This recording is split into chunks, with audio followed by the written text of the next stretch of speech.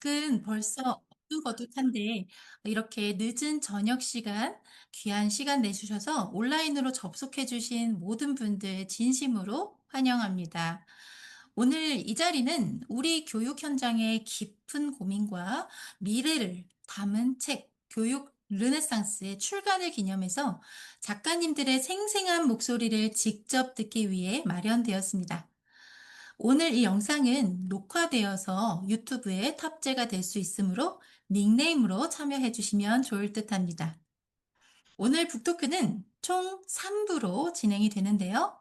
1부와 3부는 저자분들의 짧은 발제 후에 질의응답으로 진행을 하고요.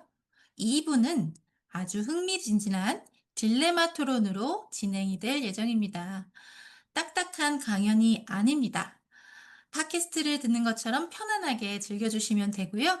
궁금한 점이 생기면 언제든지 채팅창에 남겨주세요. 오늘 북토크 중 인상 깊은 질문이나 의견을 남겨주신 분들은 커피 쿠폰을 저희가 보내드릴 예정입니다. 적극적으로 참여해주시고 쿠폰도 받아가시기 바랍니다. 그럼 본격적으로 시작해 볼까요? 먼저 이 책이 어떤 마음으로 세상에 나오게 되었는지 매우 궁금합니다.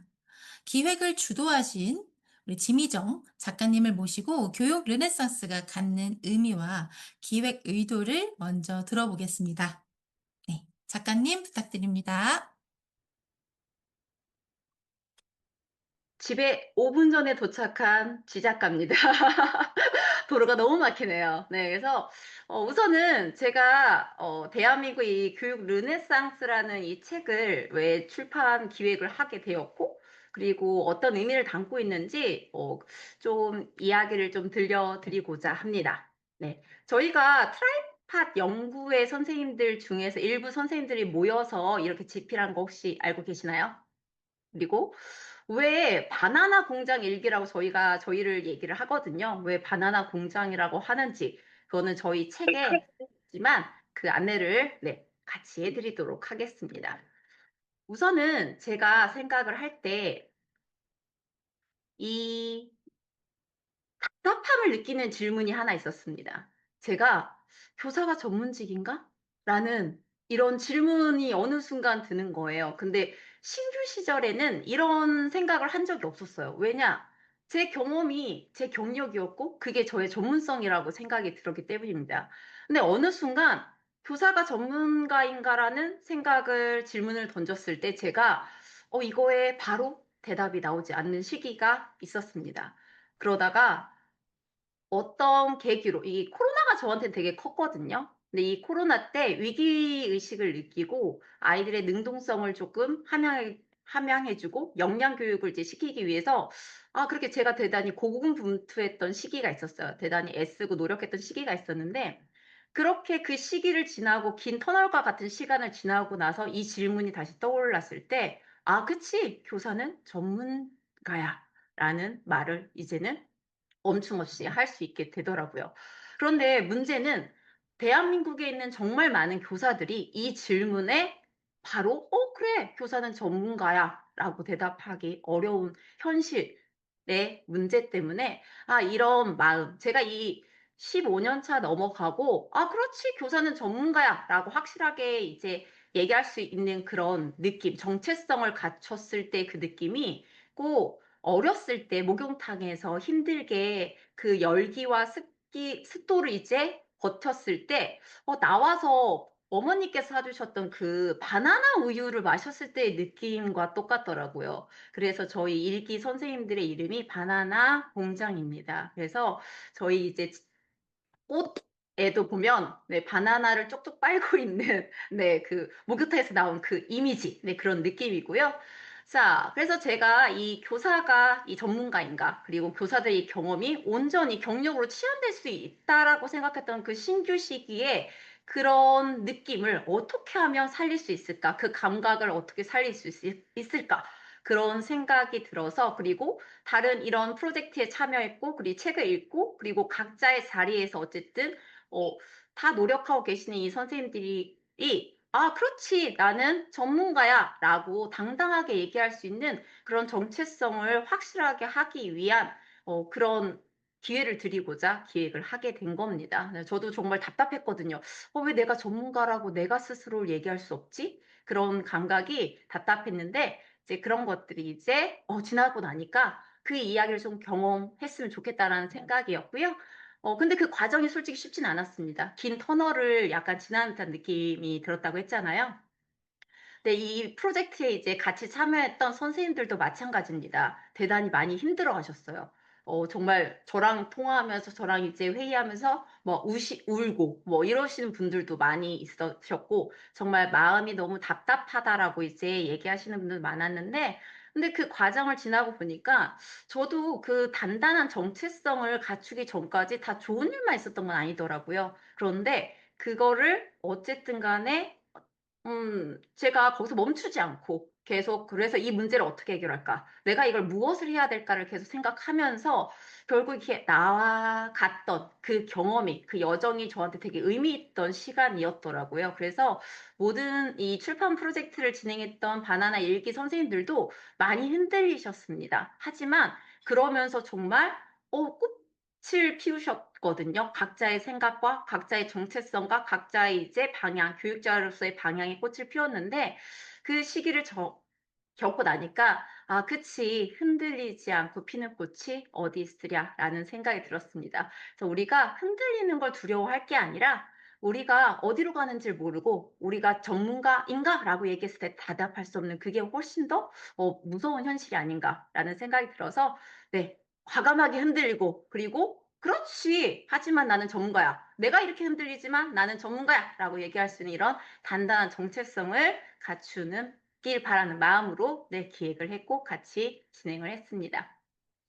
네. 그 어느 때보다 정말 격렬하게 흔들리며 살고 있는 이 시대의 교사들이라는 생각이 듭니다. 정말 기술적인 부분도 너무 빠르게 변화하고 있고요.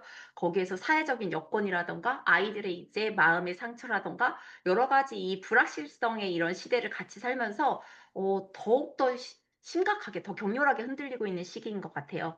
그런데 이 시대를 살고 있는 교사들이 어떻게 살고 있는지 솔직히 학부모도 학생들도 그리고 다른 교사들도 그거에 대해서 잘 이해를 못하고 있고 하지만 우리가 방향은 있잖아요. 우리가 이거를 어쨌든 간에 잘 헤쳐나가고 그보다 더 나은 시대. 어쨌든 저희 이 흔들림은 이런 내면적 갈등은 더 좋은 단단한 이런 시대를 열어준다고 생각을 하거든요. 그래서 이런 흔들리며 꽃피운 선생님들의 북토크가 지금부터 시작된다고 생각하시면 됩니다. 네. 다들 이제 바나나 우유 쪽쪽 이제 빨아 드시는 이런 느낌을 이 북토크를 통해서 쪼끔이나마 맛보시길 기원하면서 제가 이제 왜 대한민국 교육 르네상스라는 책을 기획하고 선생님들과 함께 이 여정을 같이 했는지 저는 이상 네 소개 마치도록 하겠습니다. 감사합니다. 네. 작가님 소개글 많이 잘 들었습니다. 저희끼리는 지미정 작가님을 공장장님이라고 부릅니다. 네, 바나나 공장의 공장장이다 이런 뜻인데요. 저는 말씀을 들으면서 개인적으로 "과감하게 흔들려라."라는 말이 참 많이 공감이 됐습니다. 지금 교육 현장이 사실 교사들뿐만 아니라 여러 가지 혼란으로 그리고 미래 교육과 관련한 관심으로 학생들 그리고 학부모님들께도 굉장히 좀 어두운 터널 같은 어려운 시기일 수 있다라는 생각이 듭니다. 모든 분들께 위로와 영감을 주는 오늘의 북토크 시간이 되기를 바라면서 다음 순서로 이제 넘어가 보도록 하겠습니다. 네, 본격적으로 이제 작가님들의 이야기를 들어보고 그리고 또 해당되는 작가님들에 대한 사전 질문들이 들어온 것들이 있었어요. 그 사전 질문과 오늘 현장에서 질문을 주신 것들을 토대로 대표적인 문제의식과 질문 그리고 답변을 들어보도록 하겠습니다. 시청하시는 분들께서는 이야기를 듣다가 궁금한 점이 생기시면 바로바로 채팅창에 질문을 남겨주시면 저희가 상황에 따라 시간을 좀 배분해서 답변을 최대한 드리도록 하겠습니다. 그러면 먼저 김진관 작가님의 이야기를 들어보도록 하겠습니다. 네, 안녕하세요. 오늘 여러분과 함께 교사의 그 성장 여정에 대해 진솔한 이야기를 나누고 싶은 첫 발제자 김진관이라고 합니다. 반갑습니다. 제 글의 제목은 교사의 성장 여정 흔들림 속에서 나침반 찾기이지만 사실 시작은 아주 뜨겁고 눅눅한 한증막이 된 교실의 현실로 문을 엽니다.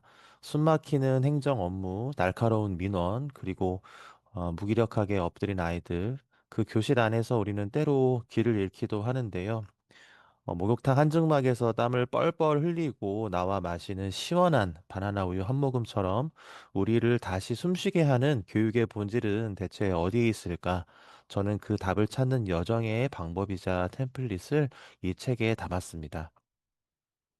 여기서 아주 솔직한 비하인드 스토리 하나를 들려드릴게요. 사실 처음 이 책의 방향을 잡고 글을 써보려고 했을 때 제 탐구 질문은 지금과는 완전히 달랐습니다. 처음에는 어떻게 하면 AI 디지털 도구로 수업을 혁신할 수 있을까라는 좀 멋져 보이고 이 거창한 질문을 던지려고 했습니다. 그런데 이상하게도 글이 한 줄도 안 써지는 겁니다. 가슴 한구석이 좀 빈 것 같았거든요. 자꾸 제 내면에서 이런 소리가 들려왔습니다. 에듀테크가 화려해질수록 왜 너의 마음은 공허하니? 야, 너 지금 정말 행복하게 가르치고 있는 거 맞아? 결국 저는 뭐 AI 디지털 뭐 이런 얘기 다 버렸습니다. 대신에 왜 학교의 중심에 수업이 서지 못할까라는 아주 아프고 투박한 질문으로 돌아오게 되었습니다. 질문이 바뀌니까 그제야 제 진짜 목소리가 나오기 시작하더라고요. 제 글에서 가장 강조하고 싶었던 첫 번째 키워드는 비효율의 숙달입니다. 선생님들 우리 한번 솔직해져 볼까요? 공문 처리 속도나 전년도 문서 베끼기, 또 사진 잘 나오는 행사 기획하기. 사실 이런 것들은 연차가 쌓일수록 달인이 되어 갑니다. 그런데 참 슬프지 않나요? 어찌 보면 교육과 무관한 이러한 비효율적인 일들의 숙달이 될수록 정작 수업을 고민할 시간들은 사라지고 우리 내면의 열정은 차차 식어갑니다. 이 OECD 교수 나침반이 경고하는 바로 회전하는 나침반 바늘처럼 방향을 잃고 뱅글뱅글 도는 상태가 되는 거죠. 저는 우리가 이 시지푸스의 공과 같은 슬픈 굴레에서 벗어나 다시 우리 삶의 중심에 진정한 교육의 본질인 배움과 성장에 숙달되어야 한다고 생각합니다. 그렇다면 어떻게 중심을 잡을 것인가? 저는 OECD 교수 나침반에서 그 길을 찾았습니다. 이 나침반에는 이 내면의 닷이라고 하는 개념이 나옵니다. 첫 번째는 존재. 나는 어떤 교사인가? 즉, 나의 정체성을 말하고, 두 번째는 소속감, 나를 믿어주는 동료가 있는가? 즉, 심리적 안전지대를 말하고, 세 번째, 성장은 나는 매일 조금씩 변화하고 있는가? 즉, 성찰의 힘을 말합니다. 이 세 가지 낯이 단단해야 거센 정책의 변화나 AI라는 거대한 기술의 파도 앞에서도 흔들리지 않습니다. 저는 이 닻을 내리는 구체적인 방법으로 전문적 학습 공동체를 제안했습니다. 혼자서는 절대 내릴 수 없는 이 닻을 동료들과 함께 공유된 의미를 만들면서 내리는 과정이죠. 제가 소속된 이 트라이팟 연구회가 저에게는 바로 또 그런 단단한 닻이 되어 주었습니다. 이 전문적 학습 공동체를 통해서 교수 나침반이 말하는 교사의 지속 가능한 배움과 성장의 네 가지 기둥인 내면의 닫, 주도성, 역량, 웰빙을 세워가면서 교사로서의 효능감과 행복감을 삶 전반에 뿌리 내려가는 여정을 만들어갈 수 있음을 말씀드리고자 했습니다. 글의 마지막 부분에는 우리 모두를 위한 실천 로드맵을 그렸습니다. 거창한 교육혁명을 하자는 게 아니라 다음에 세 가지를 작게 한번 실천해 보면 어떨까요? 첫 번째, 문제의식으로 내 수업의 불편한 장면을 기록하는 것입니다. 두 번째, 공동 주도성으로 동료와 솔직하게 나 오늘 힘들었어라고 말하고 또한 들어주는 것입니다. 세 번째, 성장 마인드셋으로 실패하더라도 이건 배움이었어 라고 넘기고 그 실패가 차후 성공의 과정이 되도록 기록해 두는 것입니다. 그리고 다양한 층에 계신 분들과의 그런 지속적인 만남과 현장 연구가 각자의 위치와 관점에서 비롯된 차이를 좁게 만들고 교육 현장의 작은 변화를 견인해 나갈 수 있을 거라 생각합니다. 관찰하면 이해하고, 이해하면 배려하게 된다는 말을 저는 믿고 있습니다. 네, 선생님들 지금 혹시 여러분의 그 나침반 바늘이 격렬하게 때로는 미친 듯이 회전하고 있나요? 괜찮습니다. 그 흔들림이야말로 우리가 살아있다는 증거이자 새로운 방향을 찾고 있다는 간절한 신호니까요. 제가 이 책에 나눈 글과 오늘 이 북토크가 여러분의 성장 여정에 작지만 단단한 나침반 하나를 쥐어 드릴 수 있는 시간이 되었으면 합니다. 가르친다는 것은 결국 우리 모두가 함께 희망을 노래하는 일이니까요. 예, 경청해 주셔서 감사합니다. 아 네. 너무 잘 들었습니다. 사실 저희 이제 저자들이 다 교사인데 교사들은 수업이 좋고 아이들을 가르치는 게 좋아서 행복해서 이제 학교에 왔지만 사실 실제적으로는 그런 수업하는 것보다 행정적인 업무나 그리고 또 불필요한 그런 수반되는 여러 가지 업무들, 잡무가 굉장히 많습니다. 그 부분을 김진관 작가님께서 비효율의 숙달이라는 단어로 표현을 해 주셨습니다. 자, 제게 들어왔던 사전 질문이 하나 있었는데요. 이제 비효율의 숙달 속에서 진짜 성장을 위한 에너지를 확보하는 작가님만의 팁이 있다면? 이란 질문이 들어왔습니다. 네, 작가님 답변 부탁드립니다. 네, 저는 이거를 의미의 재구성이라고 부르고 싶은데요. 사실 모든 업무를 완벽하게 하려고 하는 욕심을 버리는 게 시작이 될 수 있을 것 같습니다. 하루 중에 뭐 짜투리 시간, 뭐 출근하고 한 15분, 점심시간 30분, 그리고 퇴근 후에 저녁 1시간 등 뭐 이렇게 이런 시간들을 좀 활용해서 나를 좀 설레게 하는 그런 교육적인 실험이나 정리를 할 수 있는 시간을 좀 사수하려고 노력을 하는 편입니다. 그리고 맡은 바 업무는 또 최선을 다해서 하되 또 의미의 경중을 잘 따져보는 것도 중요할 것 같고요. 최소한의 형식으로 빠르게 업무를 쳐내고 남은 에너지를 제가 진짜 좀 하고 싶은 것이나 의미 있어 보이는 일에 쏟는 방식을 좀 추천을 드리고 싶습니다. 이때 또 말씀드리고 싶은 건 또 혼자 하는 것은 또 좀 어렵다라는 거 말씀을 드리고 싶고요. 그래서 전문적 학습 공동체와 연구회 분들과 같이 온라인 속에서 모바일 속에서도 함께 하시면서 뭐 문제의식들을 좀 키워 나가시고 또 필요한 자료도 좀 나눠보고 구조와 문화를 좀 주도적으로 함께 만들어가는 그런 감각들이 어떻게 보면 좀 개인적으로 저를 좀 더 생산적이고 꾸준하게 만들어주는 가장 강력한 마음 관리의 원천이 아니었나 생각이 듭니다. 아 네. 감사합니다. 우리 김진관 작가님께서 학교에서 교무부장 하고 계신 걸로 제가 알고 있는데 그동안에 여러 가지 산전수전을 겪으심과 그리고 또 자기만의 노하우로 또 시간을 그렇게 사용하심이 잘 느껴졌습니다. 네. 다음으로는 우리 윤여옥 작가님의 이야기를 들어보도록 하겠습니다.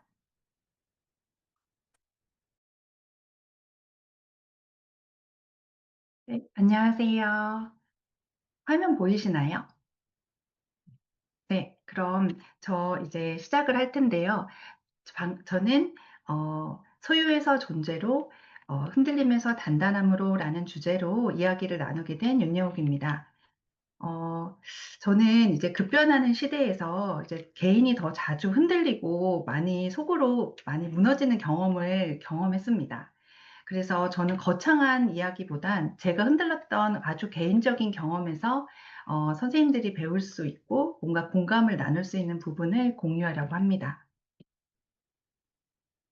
어, 이거는 이제 교사로서 제가 겪은 정체성의 위기에 관한 이야기입니다. 그리고 제 이야기를 들으시는 독자님들은 교사분들도 계실 테고 아마 일반 학부모인 경우도 있을 거라고 예상이 되는데요.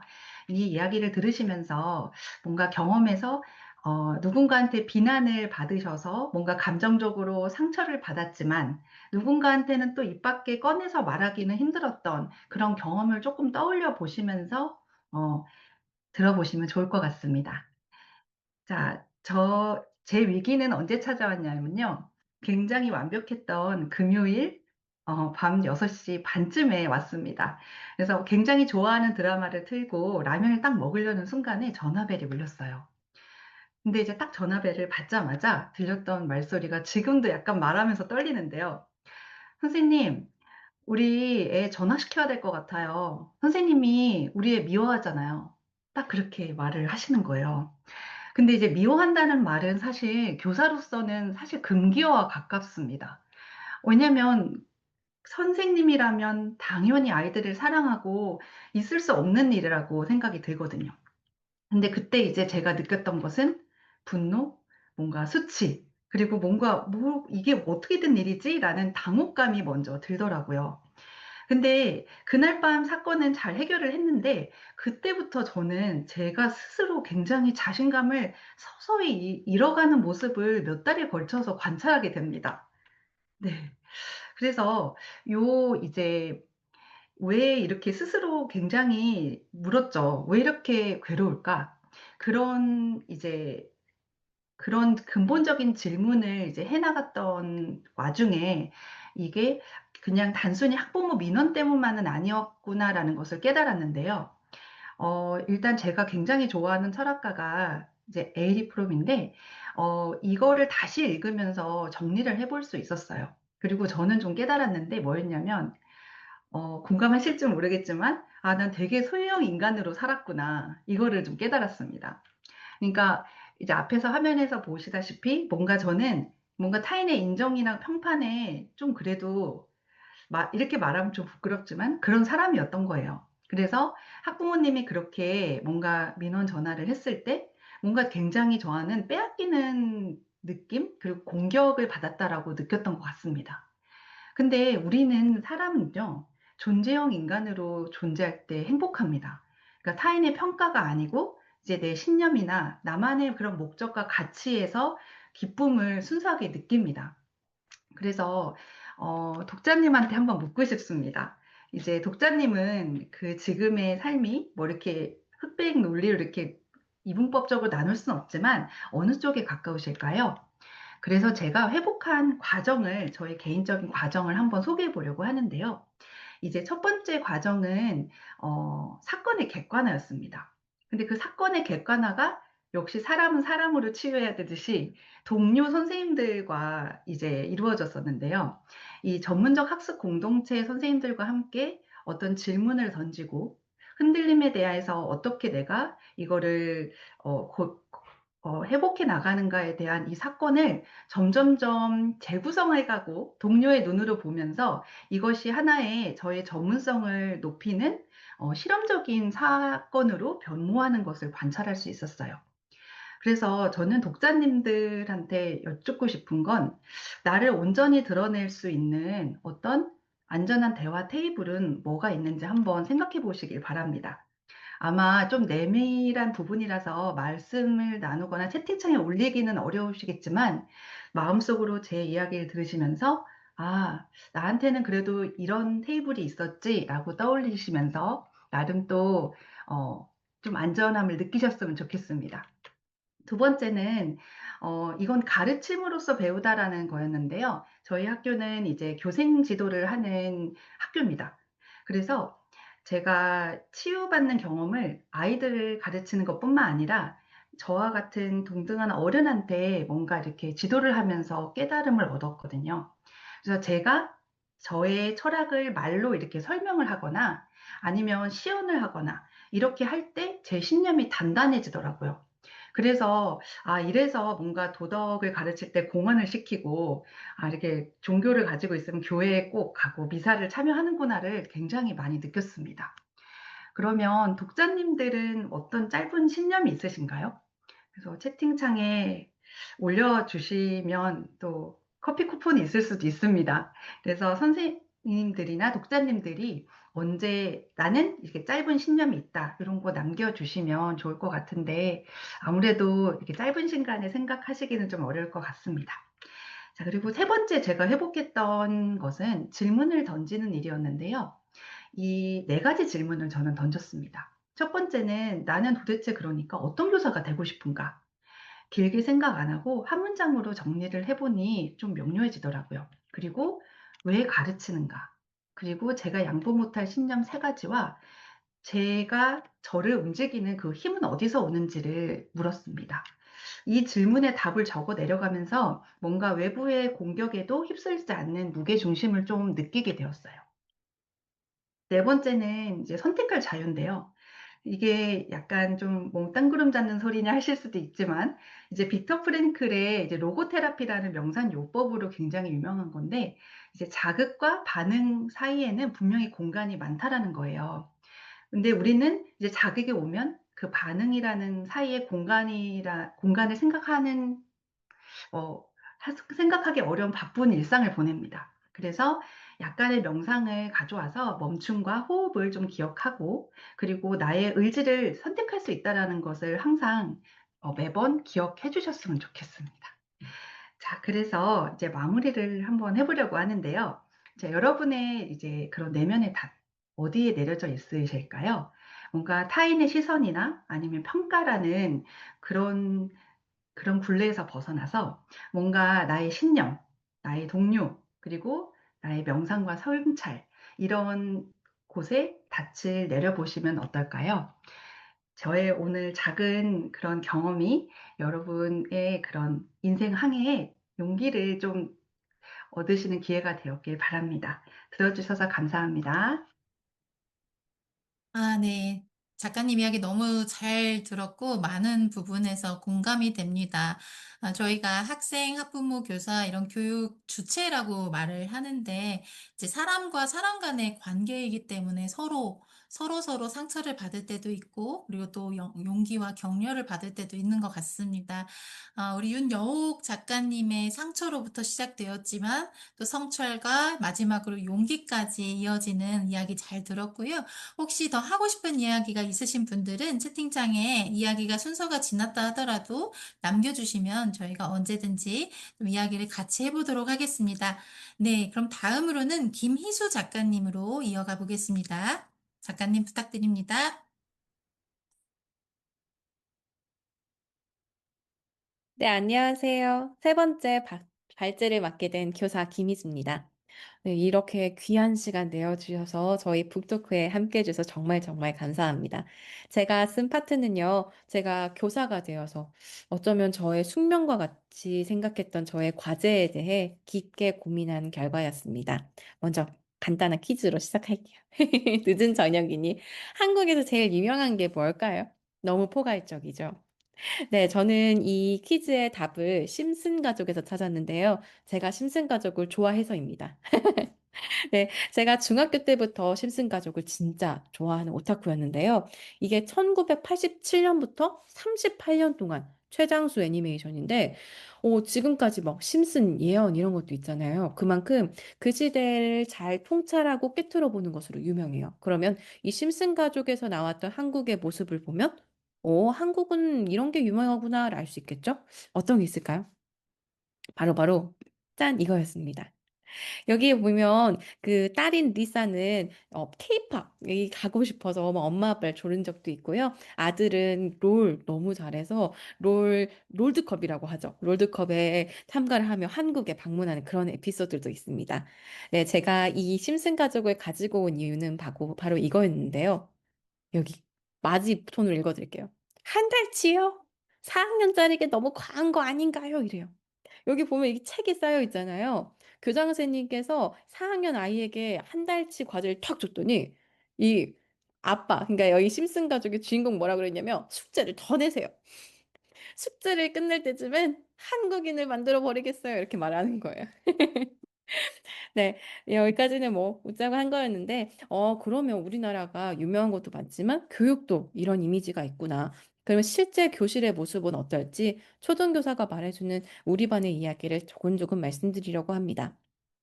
두 가지 그림이 있는데요. 제가 6학년 담임을 맡았을 때 저희 반에 키도 크고 머리도 길고 굉장히 예쁜 여자애가 있었어요. 6학년이 되면 초등교사로서 이제 사춘기 아이들의 이 다툼과 이 어머니들도 고생하시겠지만 저희들도 아이들 사춘기 고생 많아요. 그랬는데 이게 친한 친구랑 싸운 거예요. 그랬는데 평소 같으면 풀어졌을 텐데 제가 아무리 친구들끼리 화해하는 자리를 만들어줘도 상담교사를 붙어줘도 이 아이가 혼자만 있더라고요. 그래서 마음이 많이 쓰였습니다. 그런데 그때부터 손톱을 뜯는 그런 버릇이 생기더라고요. 그래서 수업 시간 피를 뚝뚝 흘리더니 어느 순간에는 이렇게 피가 너무 멈추지 않아서 걱정이 많이 됐어요. 그래서 정말 집에 상담도 하고 말씀드렸던 상담 교사님 선생님이랑 연결도 했는데 하나 제가 그렇게 피가 날 때마다 이렇게 반창고를 붙여줬는데 어느 날 붙이고 보니까 열 손가락 다 밴드가 붙여져 있는 거예요. 네, 너무 마음이 아팠던 그런 경우도 있었고요. 어, 6학년만의 이야기는 아니었습니다. 3학년에는 선택적 항구증이라고 하는데 혹시 들어보셨을까요? 말을 못하는 게 아니라 이 심리적인 이유로 이런 것 때문에 자기가 선택적으로 이렇게 말을 못하는 그런 건데 3학년 예쁜 아이가 교실에서는 말을 하지 않았어요. 아무리 신나고 누가 발을 밟아도 아 이렇게만 하고 말을 안 하고 선생님께서 귀를 기울여도 말을 안 하더라고요. 제가 그 학교 오래 있었는데 6학년 졸업할 때까지 그 아이의 목소리를 들은 친구 없이 졸업을 하게 되었습니다. 네. 그런데 이게 저희 반의 문제는 아니에요. 제가 정말 정말 고민을 많이 했었어요. 그런데 이 정말 외로움, 이 표 보이시죠? 저희 나라가 2등을 했어요. 외로움을 느끼는 학생이 많은 걸로. 밑에 보시면 정신장애, 아이들이 마음의 병을 갖고 있는 것도 점점 점점 많아지는데요. 여기에서 제가 지금 이렇게 이야기도 하고 글을 쓴 이유가 나옵니다. 우리나라는 교육을 잘하는 걸로 정말 유명해요. 저희 나라 IQ 굉장히 높고요. 선생님들께서는 정말 정말 아침이건 밤이건 방학이건 언제건 교육에 대해서 아이들을 위해서는 열심히 하시는데, 그럼에도 왜 이렇게 마음이 아픈 아이들이 많을까? 교사로서 아이들에게 좋은 삶에 대해서 알려주고 싶은 의무가 있는데, 그리고 저희는 선생이잖아요, 선생. 먼저 태어나서 이 행복한 삶이야. 이런 걸 알려주고 싶은데. 그래서 원인에 대한 답을 나름 찾아봤습니다. 그래서 책을 쓸 수 있었는데요. 이 책 추천합니다. 아니죠. 저희가 작가인데. 그럼 안 되는데. 이게 엘라 프란시스 샌더스가 쓴 마음도 번역이 되나요? 라는 이런 책인데요. 여기에는 그 나라의 그 언어로만 표현할 수 있는 그런 단어들만 모아놨습니다. 이 발다인 잠카이트, 이게 혹시 어떤 뜻일지 한번 채팅창에 혹시 힌트는 독일어예요. 없으실 것 같으니까. 네, 이건 무슨 뜻이냐면요. 숲속에 혼자 남겨진 기분, 편안한 고독감, 그리고 자연과 맞닿은 느낌. 이 긴 문장을 이렇게 짧은 단어로 표현할 수 있다고 합니다. 네, 그러면 이제 궁금한 거는 우리나라는 뭘까요? 우리나라 한국인의 정서와 단어로만, 한국어로만 표현할 수 있는 건 바로 눈치였습니다. 네, 눈치란 눈에 띄지 않게 다른 이의 기분을 잘 알아채는 이 미묘한 기술. 너희 눈치 없다. 뭐 저희는 긍정적으로도 많이 쓰긴 하는데요. 이러다 보니까 이 개인의 판단보다 주변의 평가가 사회적 기준을 중시하고 있다고 합니다. 저희 나라는 이게 눈치 문화여서 굉장히 집단주의적 문화가 강한데요. 여기서 저는 아이들의 이 마음의 병이 시작되지 않았나 싶었어요. 왜냐면 기준을 스스로 세우지 못하고 남의 시선에만 끌려다니면 온전한 행복을 누릴 수가 없거든요. 왜냐하면 행복이 늘 상대적이고 변화하기 때문에요. 전 그래서 이런 교실에 너그러움 교육을 제안해 봤습니다. 너그럽다는 의미를 제가 다시 생각해 봤는데요. 너 남에게 너그럽게 용서해. 이런 게 아니라 타인의 시선의 굴레를 벗어나는 거예요. 자기만의 기준을 회복하고 자신만의 행복을 찾아가는 그런 것을 너그러움이라고 생각했습니다. 자신을 너무 몰아붙이지 않고 타인의 입장을 고려하고 배려할 여백을 남겨놓는 것이 너그러운 교육이라고 생각했어요.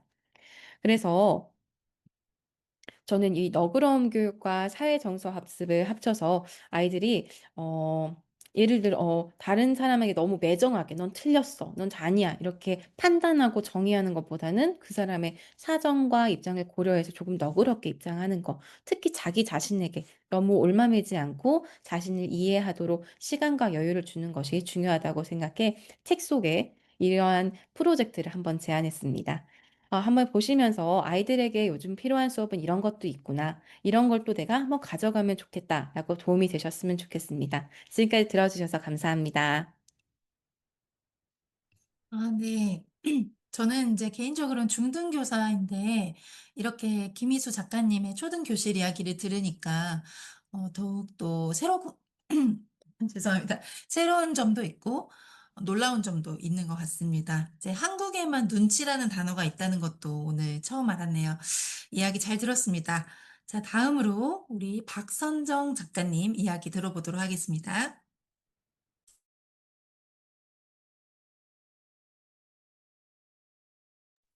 반갑습니다. 안녕하세요. 저는 중학교 국어교사입니다. 지금 와 있는 독자님들 중에 초등학교에 근무하시는 분들은 다양한 교과 수업하셔서 힘든 점도 많으시겠지만 교과 통합하고 재구성하시는 거 익숙하실 텐데요. 중학교에서는 서로 수업 나누고 융합하는 게 생각보다 쉽지가 않거든요. 그럼에도 함께하는 수업을 진행해보고 또 앞으로도 그런 수업을 꿈꾸게 된 이유에 대해서 한번 이야기해 보려고 합니다. 실제로 소진되는 교사라는 말 최근에 더 많이 자주 들어보셨을 텐데요. 저 역시 정글 같은 교실에서 살아남기 시리즈처럼 보낸 경험이 있습니다. 남학생들의 그 공격성과 여학생들의 뒷담화, 그리고 수업 왜 들어요라고 하는 무기력한 학생까지 수업 진행하기가 정말 힘들었었거든요. 그때 교사라고 하는 건 단순히 지식을 전달하는 것을 넘어서야 하는 거구나라는 걸 직감을 했었고, 혼자였다면 너무 힘들었을 텐데, 다행히 학교에 좋은 선배님들이 계셔서 융합 프로젝트를 진행할 수가 있었어요. 이렇게 함께 수업을 만들어가는 방법을 배우면서 학생들이 긍정적으로 변하는 것을 목격했고, 그래서 그 사례를 책에다가 담았습니다. 융합 수업을 할 때 필요한 것이 많을 건데요. 제일 중요한 건 대주제를 만드는 것이라고 생각을 합니다. 핵심 아이디어와 삶을 연결하는 것이 좋겠죠. 저희는 더 나은 세상을 만드는데 우리가 어떻게 기여할 수 있을까라는 주제로 시작을 했습니다. 아이들이 학교에서는 국어, 수학, 기술 과정 따로 배우지만 실제 삶의 문제는 교과별로 나뉘어져 있지 않잖아요.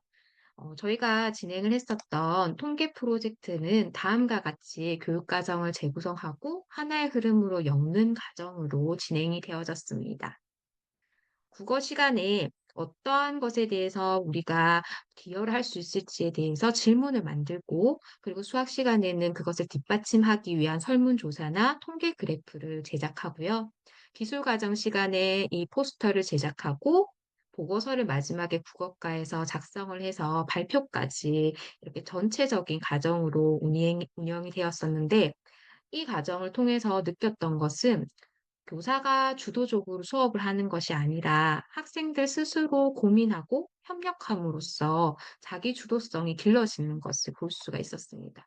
엎드려 있던 학생들도 자신들이 정한 주제다 보니까 일어나서 참여하려고 하는 게 너무 기특하고 고마웠었거든요.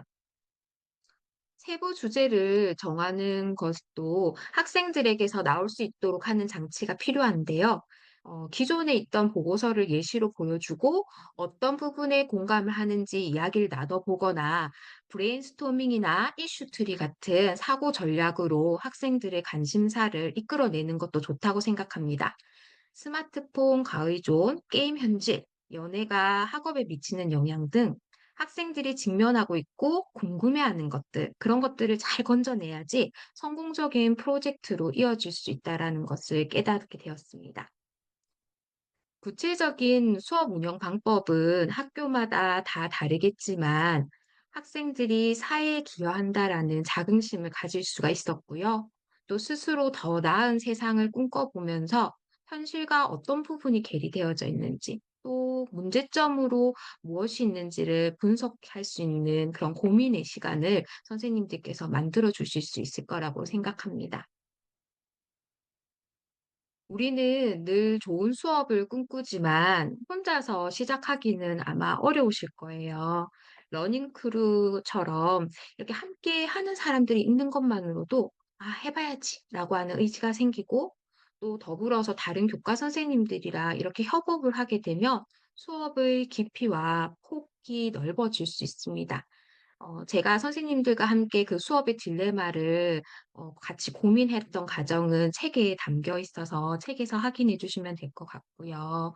정말 중요하다고 생각했던 게 글을 쓰면서 우리 학교 정말 분위기 좋은 학교였구나. 참 감사하다. 이런 학교에서 근무할 수 있어서 너무 좋았다라는 그런 마음이 들었어요.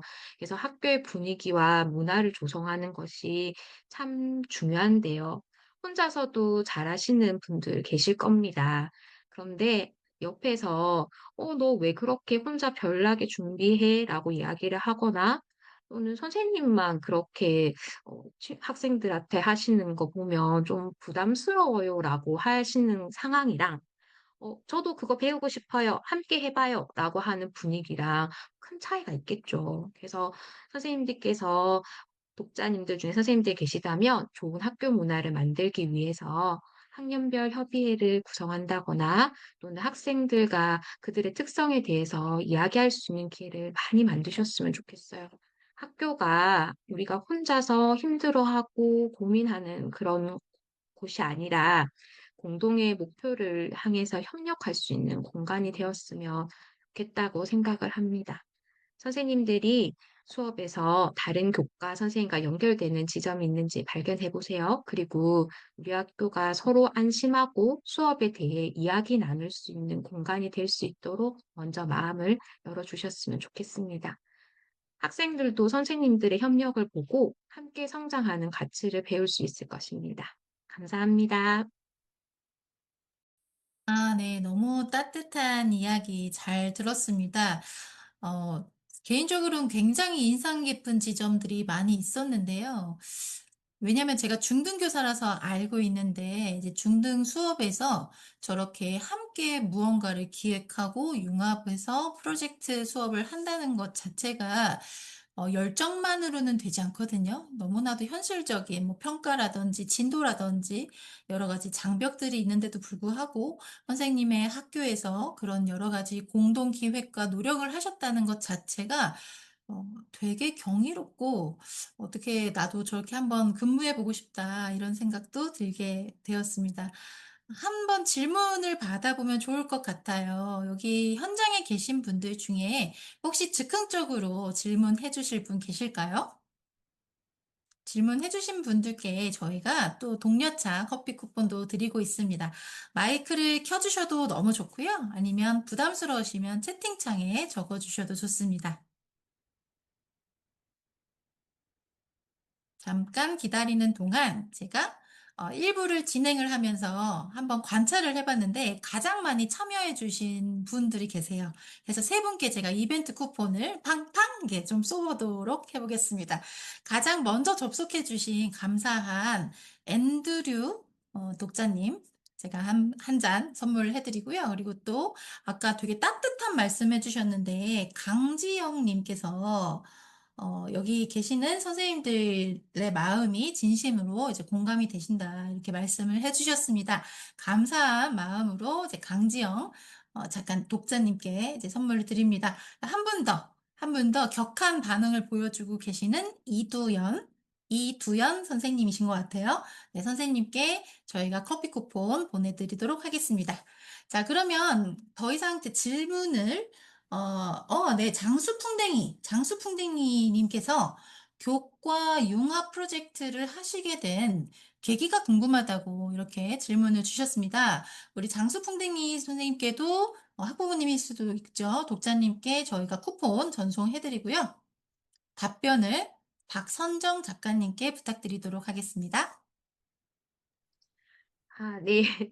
안녕하세요. 저 교과 융합 프로젝트 하고 나서도 너무 좋고 또 올해는 더 발전을 시켜서 강당에서 학생들이 모여서 발표도 하고 다른 학년 후배들이 와서 보기도 하고 그다음에 전금 가신 선생님들도 오셔서 보고 이렇게 하는 행사로 이제 발전을 하게 됐어요. 근데 사실 시작은 좀 슬펐습니다. 왜냐면 남학생 반이랑 여학생 반이 이제 분반이 되어져 있는 상황이었었는데 남학생 반이랑 성적 차이가 20점 이상 차이가 났었어요. 그래서 저희가 굉장히 많이 고민을 하고 다들 각자의 수업에서는 최선을 다했었거든요. 그런데도 왜 이렇게 해결이 안 되지라고 생각을 했고, 뭔가 하나 변화가 필요하겠다. 그래서 힘을 좀 합쳐보자. 그리고 학생들한테 주도성을 주자. 우리가 정하는 게 아니라 아이들이 주제를 정하게 하자라고 하는 것에서 시작이 되었습니다. 네, 감사합니다. 네. 박선정 작가님의 이야기 너무 잘 들었습니다. 네, 작가님들의 열정적인 이야기 덕분에 시간이 금방 지나갔네요. 이제는 2부로 이제 분위기를 바꿔서 진행해 보도록 하겠습니다. 이분은 조금 특별한 순서를 준비했는데요. 강연은 잠시 내려놓고 요즘 교육계의 뜨거운 감자인 무엇일까요? 제일 화두가 많이 이제 나오는 AI, 그죠? AI의 교육적인 적용을 주제로 깊이 있는 대화를 나누는 토론 시간을 준비해 보았습니다. 지금 이제 준비를 하신 저자님들께서 흑과 백으로 배경을 바꾸시고 약간 흑백 요리사처럼 진행을 하고 계신데요. 주제를 직접 집필하신 강원빈, 윤신영, 이대형, 서진아, 서동욱 작가님을 모시겠습니다. 오늘 이 시간에는 두 가지 딜레마 상황을 제시하고 열띤 토론을 벌여볼 텐데요. 진행은 윤신영 작가님께서 맡아주시겠습니다. 작가님 부탁드립니다.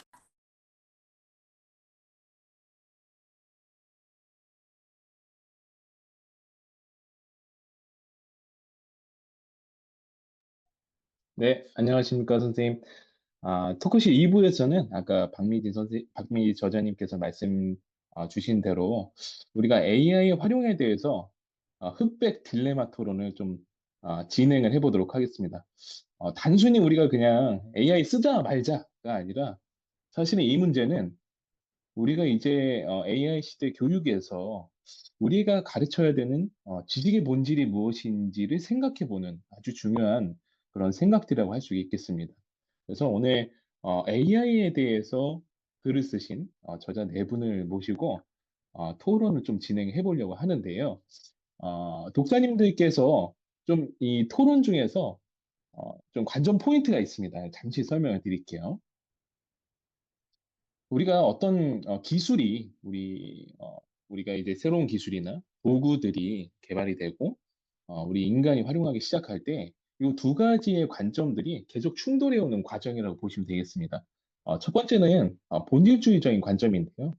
우리 기술이나 도구들이 인간의 어떤 본성이나 인지를 본질적으로 변화시킨다. 그래서 우리는 인간의 본성을 보존해야 된다라는 어떤 본질주의적인 관점이고요. 두 번째는 이제 확장주의입니다. 도구와 인지가 도구가 인지와 같은 역할을 한다면 결국엔 도구들도 인지의 확장이 아니냐라는 그런 확장주의적인 관점을 가지고 우리 저자님들이 이 토론을 좀 할 건데요. 제가 이제 토론 주제를 좀 보여드리고 말씀을 드리도록 하겠습니다. 그러면 여기 독자 선생님들께서는 채팅창으로 찬대, 찬대라는 찬성, 예, 반대를 좀 채팅으로 남겨주시고 또 이유까지 붙여서 좀 써주시는 분들께는 제가 그거 좀 읽어드리고 또 커피 쿠폰도 좀 드리도록 하겠습니다. 그럼 첫 번째 주제입니다. 첫 번째 주제는요. AI 시대, 머릿속의 지식이 정말 중요한 것인가에 대한 내용인데요. 제가 빠르게 읽어드리도록 하겠습니다. 역사 수업 시간에 임진왜란의 영향에 대해서 토론을 하는데요. 학생 C가 있습니다. 학생 C는 교과서 내용을 전혀 외우거나 공부를 안 했어요. 토론을 시작될 때 실시간으로 생성형 AI한테 정보를 검색하고 요약하게 해가지고 친구들의 주장에 반박하고 매우 풍부하게 사례를 들어서 논리적으로 주장을 펼치면서 토론을 좀 진행을 합니다. 반면에 학생 D는요, 매시우 밤을 새워서 교과서를 달달 외웠어요. 그렇지만 AI가 실시간으로 찾아내는 어떤 방대한 맥락과 정보를 가진 C한테 밀려가지고 토론에서 집니다. 자, 그럼 이 상황에서 독자분들께서는 AI를 활용해서 내재진 지식이 없이도 토론을 잘 수행한 C가 지식은 있지만 잘 활용하지 못한 B 학생보다 뛰어나다고 생각하시면 찬 아니면 반대를 좀 채팅창으로 남겨주시고 가능하신 분들은 좀 이유까지도 남겨주시면 좋을 것 같습니다. 그래서 지금 저자님들께서 토론을 시작할 때 들으시면서 남겨주셔도 좋겠습니다. 그러면 토론을 시작하도록 하겠습니다. 제가 먼저 말씀을 드리도록 하겠습니다. 저는 솔직히 말씀드리면 이 C학생이 보여준 이 모습이 진짜 역량이라고 생각을 합니다. 앞으로 우리 교육이 지향해야 할 방향도 바로 이 지점이 아닐까 싶고요. 이유는 간단합니다. 우리가 생각하는 어떤 역량, 그런 정의가 완전히 달라졌습니다. 사실 인공지능이 등장하기 전에는 얼마나 많은 지식을 알고 있고 외우고 그리고 그것을 인출할 수 있느냐 그것이 실력이었습니다. 그렇지만 이제 인공지능 시대에 돌이켜 오면서 정말 어제까지의 그 지식이라 할 수 있는 것이 오늘은 얼마든 틀린 내용이 될 수도 있고 뒤집혀지는 그런 세상이 온 것입니다. 그런 상황에서 단순히 어떤 지식을 열심히 교과서를 암기해 가지고 토론하는 것이 의미가 있을까요? 또한 이 시학생을 이 머리가 비었다라고 볼 것이 아닙니다.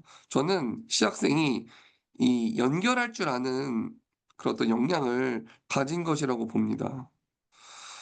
이런 상황에서 대학생처럼 언젠가 쓰겠지 하면서 무작정 외우는 방식은 이제는 지양해야 된다고 생각합니다. 냉정하게 우리 한번 결과를 한번 보시죠. 결국 C와 D 토론 그 결과 승리한 건 결국 C였습니다. 논리도 사례도 풍부했죠. 우리 학생들이 이제 앞으로 나아갈 사회에서 똑같습니다. 솔직히 고등학교 때, 중학교 때, 초등학교 때 얼마나 뭐 대학교 때 지식 많이 외웠어? 라고 묻지 않습니다. 너 이거 문제 해결할 수 있니? 이런 걸 이제 파악하는 거죠. C 학생은 인공지능이라는 강력한 무기를 어, 알고 있었고 활용할 수 있었던 것입니다. 결국 내 머릿속에 지식이 있냐 없냐를 따지는 것보다는 이런 인공지능의 도까지 포함해서 이 얼마나 똑똑하게 그런 것들을 활용해서 성과를 내느냐. 저는 이것이 핵심이라고 합니다. 그래서 단순히 시학생을 커닝이라고 비난할 것이 아니라 그것을 적절하게 활용할 수 있는 것에 저희는 박수를 보내야 된다고 생각합니다. 마지막으로 인공지능은 100% 완벽하지 않습니다. 환각, 헐루시네이션이라고 하는 얼마든지 잘못된 정보를 내보낼 수 있죠. 엉뚱한 소리를 하기도 합니다.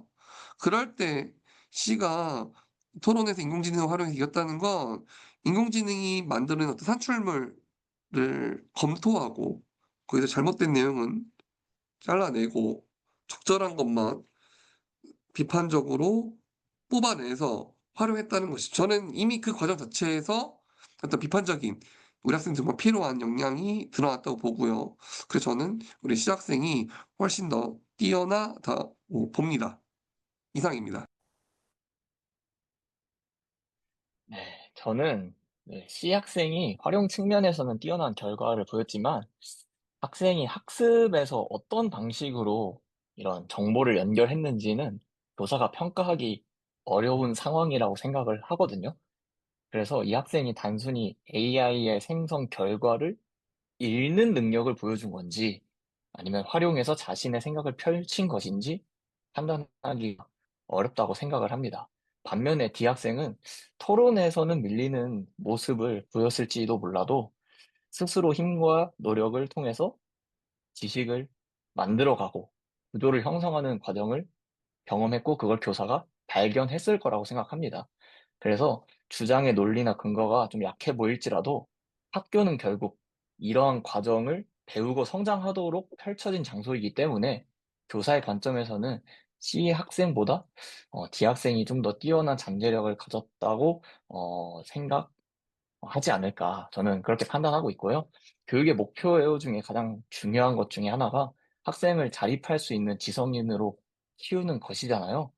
그래서 D 학생의 노력은 이제 지적인 자립성을 길러가는 모습이었다면 C 학생은 오히려 자립성보다는 AI에 대해서 지적인 의존성이 높아지지 않았나.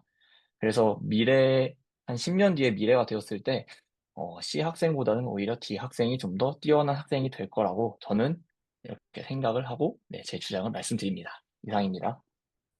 네, 지금 두 분 주장을 좀 간단히 좀 정리를 해보면 이대영 저자님께서 지금 까만색 저승사자 같은 이대영 저자님께서는 결국에는 AI를 포함한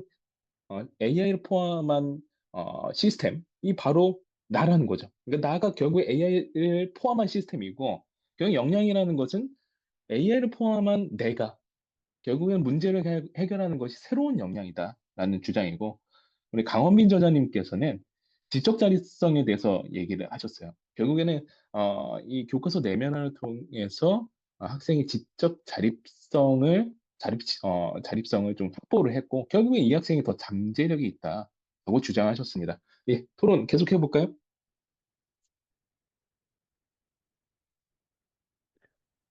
네, 저는 이번 상황이 지식을 습득하고 내면화하는 것을 평가하는 순간이었다면 강원빈 작가님 말씀에 동의할 것 같습니다.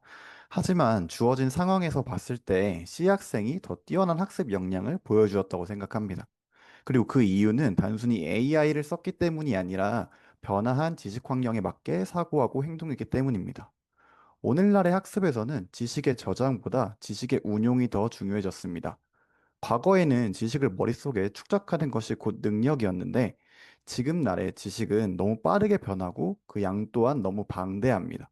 이 시대의 핵심 역량은 모든 것을 기억하는 것이 아니라 필요한 순간에 무엇이 어떤 지식이 필요한지 판단하고 그것을 끌어와 활용하는 능력입니다. C학생의 경우에는 질문을 만들고 정보를 선별하고 토론의 맥락에 맞게 재구성했습니다. 이는 단순히 AI를 통한 검색이 아니라 문제를 정의하고 정보를 탐색하고 의미를 구성하는 고차원적인 사고 과정이 작동한 결과입니다. C는 AI를 대신 생각하게 한 것이 아니라 자신의 사고를 확장하는 매개물로 사용했습니다. 현대사회에서 역량은 과정의 고통이 아니라 문제 해결의 효과성으로 평가되는데 얼마나 열심히 외웠는가 보다 주어진 상황에서 어떤 결과를 만들어냈는가가 더 중요하다고 생각합니다.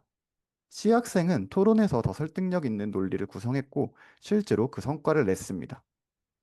이는 요행이 아니라 도구를 환경의 일부로 받아들이고 그 안에서 최적의 전략을 선택한 결과입니다.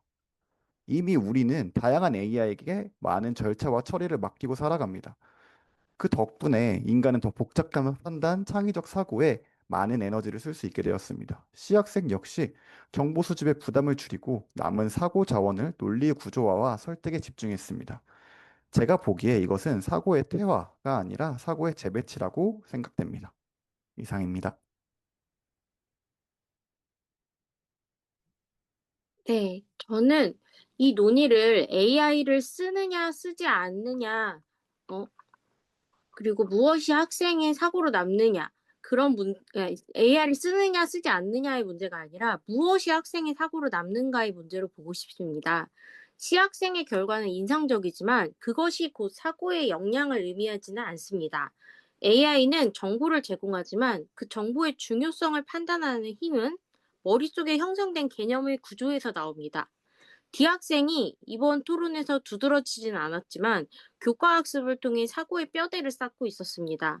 이 보이지 않는 구조가 있어야 질문이 깊어지고 AI의 답을 검증하며 새로운 문제를 만들 수 있습니다. 사실 C가 AI를 잘 활용할 수 있었던 것도 질문을 잘 만들었기 때문입니다. 그런데 이제 질문은 배경 지식과 사고의 축적 위에서만 나옵니다. 그래서 저는 오늘의 장면에서 더 교육적으로 주목해야 할 학생은 당장 성과보다 사고의 토대를 쌓고 있는 D학생이라고 생각합니다. 우리는 AI를 잘 쓰는 학생이 아니라 AI와 함께 사고할 수 있는 학생을 길러야 하기 때문입니다. 네, 이상입니다. 네, 네, 저자님들 뜨거운 토론 감사합니다. 제가 잠시 정리를 하면 서동욱 저자님은 결국에는 학습의 이제 핵심 역량이 결국엔 저장이 아니라 운용이다라는 입장을 말씀 주셨고요. 서진아 저자님께서는 결국 우리가 눈에 보이지 않는 것, 그러니까 무엇이 학습자의 사고로 남는가에 대한 우리가 생각을 해야 된다. 결국에는 눈에 보이지 않는 것을 우리가 봐야 되는데 결국에 학생 D가 당장 보이지는 않지만은 지적뼈대를 아주 잘 형성하고 있다. 그래서 이 학생에게 더 높은 점수를 주는 것이 좋지 않겠느냐라는 의견입니다. 여기 채팅창으로 몇 분 남겨주셨는데 제가 봤는데 확장주의적인 생각 갖고 있는 선생님들께서 의견 좀 남겨주신 것 같아요. 제이지 선생님, 자동차가 개발된 이후에 달리기를 잘하는 사람보다 운전면허를 가지고 차를 운전하면서 실제적인 일을 하는 것이 중요하다. 아까 대형쌤과 비슷한 이대영 저자님과 같은 의견이죠. 그 역량이라는 게 달라졌다. 그 이두현 독자님 같은 경우에는 이제 앞으로 이게 통합되어야 된다는 말씀을 주신 것 같아요. 우리가 새로운 수업의 모델이 이렇게 돼야 된다는 좀 말씀을 주신 것 같고, 장수풍뎅이 독자님께서도 비슷한 의견이신 것 같습니다. 이대영 저자님의 의견이 동의한다. 음, 결국에는 어, 이러한 새로운 어떤 역량의 정의가 필요하다라는 말씀이십니다. 자, 그러면 저희가 두 번째 주제로 좀 넘어가 보도록 하겠습니다. 우리가 이제 인지적인 부분에 대해서 이야기를 했는데요. 두 번째 주제는 AI가 정서적인 친구가 될 수 있느냐에 대한 내용이에요. 한번 제가 읽어보도록 하겠습니다. 교우 관계 어려움을 겪고 있는 내성적인 학생이 있어요. 이인데요. 이 이는 사람 친구보다 AI 챗봇과 대화하는 것을 훨씬 더 편안해 합니다. 이가 이제 선생님한테 이야기를 하는 거예요. AI 친구는 제 말을 끊지 않고 저를 판단하지 않고 제가 우울할 때 가장 적절한 위로의 말을 해줘요. 사람 친구는 필요 없어요. 라고 말하는 거죠. 그래서 실제로 이는 AI랑 대화하면서 정서적 안정을 찾은 거죠. 그리고 우울증 증세도 호전이 됐어요. 자, 이 상황에서 교사가 이한테 자, 이제 AI 끄고 친구들한테 가라. 고 지도를 해야 할까요? 그렇다고 생각하시면 찬성, 그렇지 않다고 생각하시면 반대를 좀 남겨주시면 좋겠습니다. 이거 마찬가지로 이유도 남겨주시면 너무너무 좋을 것 같아요. 커피 쿠폰 드리도록 하겠습니다. 자, 그러면 마찬가지로 이것도 우리 저자분들 또 토론 보시면서 또 의견 또 정리해 보셔도 좋을 것 같아요. 자, 그러면 토론 시작해 보도록 하겠습니다. 네, 저는 사실 중학교에서 지금 현재 정보 컴퓨터 교과를 가르치고 있거든요. 이 AI와 굉장히 밀접한 과목을 가르치는 사람이지만, 저는 이 AI가 모든 문제를 다 해결하는 건 뭐 말이 안 된다고 생각합니다. 다들 아시겠지만 말이죠. 저는 이 학생이 AI와의 상호작용에서 위로를 경험하는 게 좋은, 의미가 있는 경험이겠지만, 결국에는 갈등 조율이나 미묘한 상호작용 같은 거를 현실 속에서 완벽하게 하게 대체할 수 없다고 생각합니다.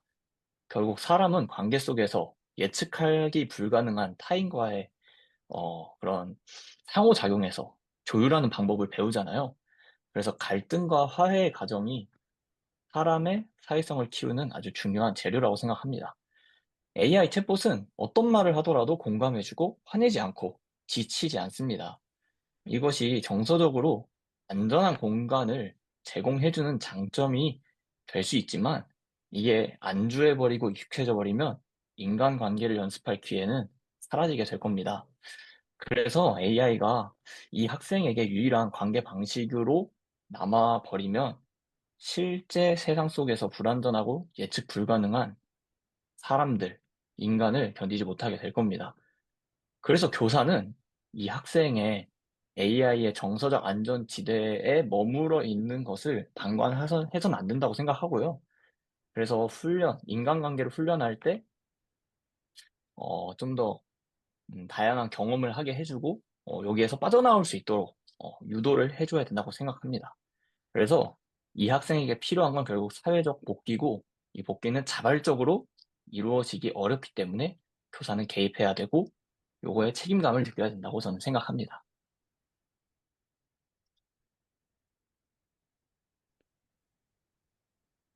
학생의 인간관계 기술에 대해서 걱정하시는 강원민 저자님의 의견에 공감하는 부분이 되게 많습니다. 하지만 저는 이 상황에서 이 학생의 선택을 존중하고 AI 활용을 인정해야 된다고 생각합니다. 그 이유는 지금 이 학생에게 가장 먼저 필요한 것은 다른 사람과 관계를 맺는 기술이 아니라 정서적 안정감이기 때문입니다. 사람이 타인과 관계를 맺기 위해서는 한 가지 전제가 필요한데요. 내가 느끼는 감정과 생각을 다른 사람에게 표현을 해도 그것이 부정당하지 않을 것이라는 최소한의 안정감입니다. 그러나 이 학생은 그 안정감을 이미 잃어버린 상태였습니다. 교우 관계에서의 반복된 상처는 내가 나의 생각을 말하면 또 내 마음이 다친다라는 학습을 남깁니다. 이런 상태의 아이에게 이제 AI 대신 다시 사람들에게 가라라고 말하는 것은 아직 아물지 않은 상처 위에 다시 걸어가라는 요구와 같습니다. AI 챗봇이 제공한 것은 단순한 위로가 아닙니다. 그것은 거절당하지 않는 경험, 판단받지 않는 공간, 그리고 언제든 말을 걸 수 있는 대상이었습니다. 이 학생은 그 안에서 자신의 생각과 감정을 처음으로 안전하게 밖으로 꺼낼 수 있었습니다. 이 경험은 무너진 이 학생의 자존감을 회복시키는 토대가 되고 있습니다. 이상입니다. 네, 지금 뜨거운 토론, 지금 채팅창에서도 이어지고 있는데요. 지금 좀 정리를 해보면, 강원비 저자님은 결국에는 AI는 실제적인 인간관계를 훈련시킬 수 없다. 결국에는 실제적인 인간관계로 나아가야 한다. 는 말씀을 주셨고, 서동욱 저자님은 AI는 결국에 거절당하지 않는 어떤 안전한 연습 공간을 제공하는 것이 이 학생에게는 지금 더 중요한 문제다라고 주장하고 있는 거죠. 자, 이 흐름 속에서 또 계속 토론 진행해 보도록 하겠습니다. 네, 저는 이 장면을 AI가 나쁜가, 위로가 가짜인가의 문제로 보지 않습니다. 더 중요한 질문은 이것입니다. 이 관계가 아이의 발달을 어디로 이끌고 있는가? AI 챗봇이 이 학생에게 정서적 안정을 주었다는 점은 분명히 의미가 있습니다. 회복 초기 단계에서는 도움이 될 수 있지만 교육은 늘 그 다음을 함께 봐야 합니다. AI와의 관계에서 상처받지 않고 또 예측 가능하며 갈등이 없는 그런 관계 속에서 있지만 인간관계는 오해와 조율 또는 감정의 불편함을 포함합니다. 아이가 그 불완전한 과정 속에서 타인의 감정을 읽고 자신의 감정을 조절하는 힘을 길러야 한다고 저는 생각합니다. 제가 우려하는 지점은 아이가 상처받지 않는 관계에만 익숙해질 때 현실 관계를 더 어려워할 수 있다는 점입니다. 그래서 교사의 역할은 AI를 끊어낸다기보다는 그 관계의 방향을 다시 열어주는 것이라고 생각합니다. 그래서 AI에서 얻은 안정과 그 표현이 경험이 사람과의 관계로 이어질 수 있도록 실패해도 괜찮은 관계 경험을 설계하는 것, 거기까지가 교사의 교육적 책임이 아닐까라고 생각을 합니다. 네.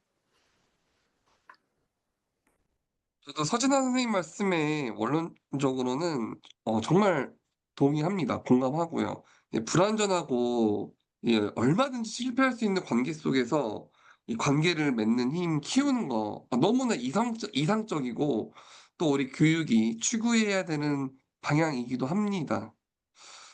하지만 그 가운데서 너무나 상처를 많이 받는 학생들도 있고 그 불완전과 실패 속에서 자신의 어떤 그 일어날 힘을 얻지 못한 학생도 너무 많이 있습니다.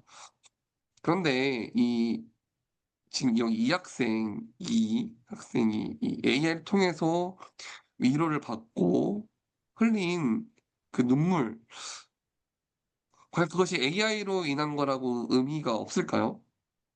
우리 학생이 느낀 그 안도감, 그리고 나도 내 얘기를 해도 되는구나 하는 어떤 그 치유의 감정, 그 불완전하고 실패할 수 있는 관계 속에 얻지 못했던 인공지능을 통해서만 어떤 그 치유의 감정은 저는 의미가 있다고 생각을 합니다. 그 위로의 출처가 인공지능이냐 사람이냐보다 더 중요한 건 지금 이 학생이 어떻게든 그 어려움을 좀 이겨낼 수 있는 어떤 그런 힘, 스캐폴딩 같은 그런 힘을 얻었다는 사실입니다. 물론 인간 친구 중요하죠. 그게 정답일 수 있고 친구들한테 이게 나아가게 하는 거 중요합니다. 하지만 우리 현실의 교실을 한번 돌이켜 보면 그런 이상적인 관계들을 만날 수 있는 교실도 있지만 그렇지 못한 교실들도 너무 많이 있습니다. 따돌림이나 대놓고 따돌림 아니죠. 은따죠, 은따. 은밀하게 따돌림, 은밀한 어떤 무관심. 어떻게 보면 우리 학생들에게 상처를 주는 건 인공지능이 아니라 우리 학생들, 그 사람들인 것이죠. 그런데 그렇게 마음의 문을 닫은 그런 사람들에게 대해서 그 학생들이 무턱대고 AI를 끄고 사람들의 이게 옳은 것이야 라고 말하는 것은 어떻게 보면 폭력일 수도 있지 않을까요? 저는 이 인공지능의 장점 중에 하나가 시간에 구애받지 않고 그것이 아침이든 밤이든 심지어 심야든 어떤 시간이 상관없이 우리 그 학생에게 어떤 물리적으로 하기 힘든 그런 걸 같이 해줄 수 있는 어떤 음, 조력자? 그래서 저희들이 할 일은 AI를 뺏거나 AI는 대화도 잘못된 거야 이렇게 말하는 것이 아니라 AI라는 그 어떻게 보면 안전한 연습장 같은 곳에서 대화하는 법을 자신의 감정을 지키고 그런 법들을 좀 배우고 그러면서 동시에 그 옆에서 AI와 대화해보니까 어때? 참 들어주지? 잘 들어주지? 너도 현실에서 현실 친구들과 대화를 좀 잘 들어주고 또 이렇게 나아가 볼 수 있는 그런 힘을 한마디씩 한번 해볼까? 이렇게 연결해 주는 게 저희들의 역할이 아닐까요? 그래서 불안정한 관계 속에서도 관계 맺는 힘을 키우기에 앞서서 먼저 인공지능을 통해서 성장과 관계 맺는 힘을 좀 키워줄 수 있도록 도와주는 것도 저희들이 해야 될 책무이지 않을까 싶습니다. 네, 감사합니다.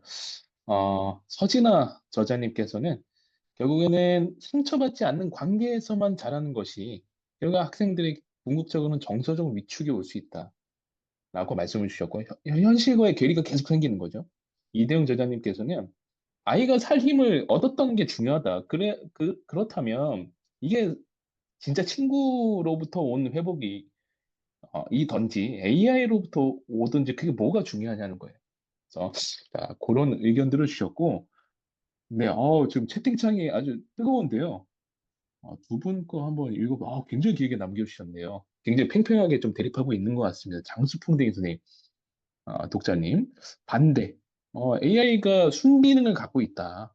그러니까, 이 아이가 계속 사람 친구가 필요 없을 수는 없지만, 결국엔 그 때가 온다라는 것이죠. 네. 그래서, 저 독자님께서도 AI를 많이 이용하신다고 합니다. 남편분도 말 안 들을 때 AI 도움이 이용하시고 하고요. 근데 이 친구는 AI로 치료해주고 좀 기다려주면 좋겠다는 의견을 좀 주셨고요. 찬성 의견도 있습니다. 라운제나 독자님께서는 우리가 살아가는 삶의 꽃은 관계에 있다. 관계에 맺기는 굉장히 어렵지만 어, 어, 관계에 있다라는 부분들. AI가 이런 소통의 장을 넓힌다는 것에서 긍정적이지만 학생이라면 결국에는 이 감정의 불편함을 통해 가지고 마음 근육을 단련하는 게 중요하다는 의견들 주셨습니다. 네. 이 의견들이 너무 다 좋아서 또 요 의견들 통해서 또 배우는 부분들도 정말 많은 것 같습니다.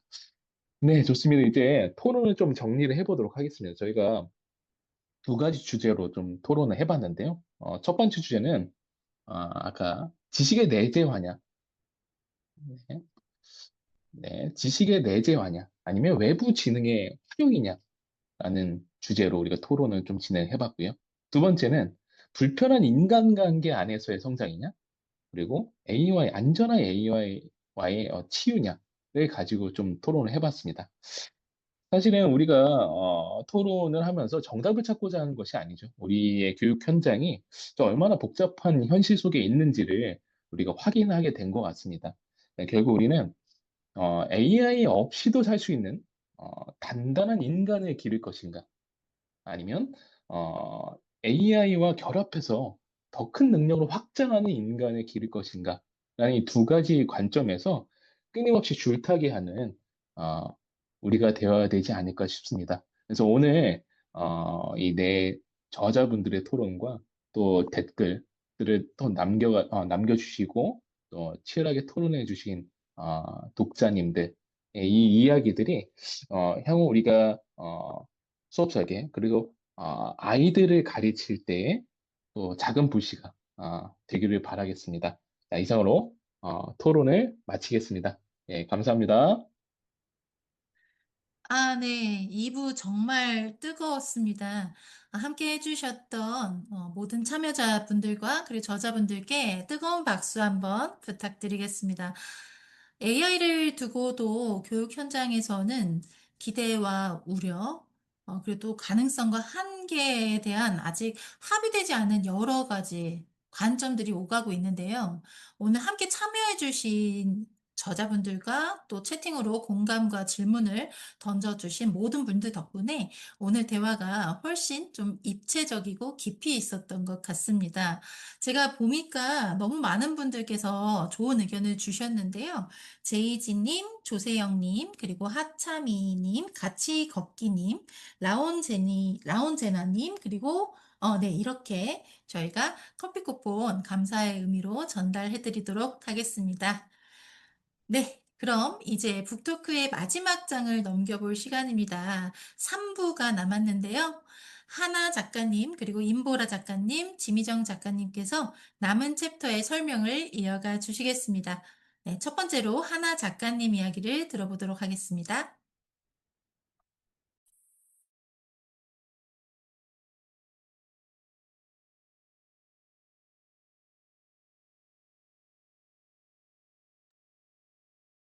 네, 안녕하세요.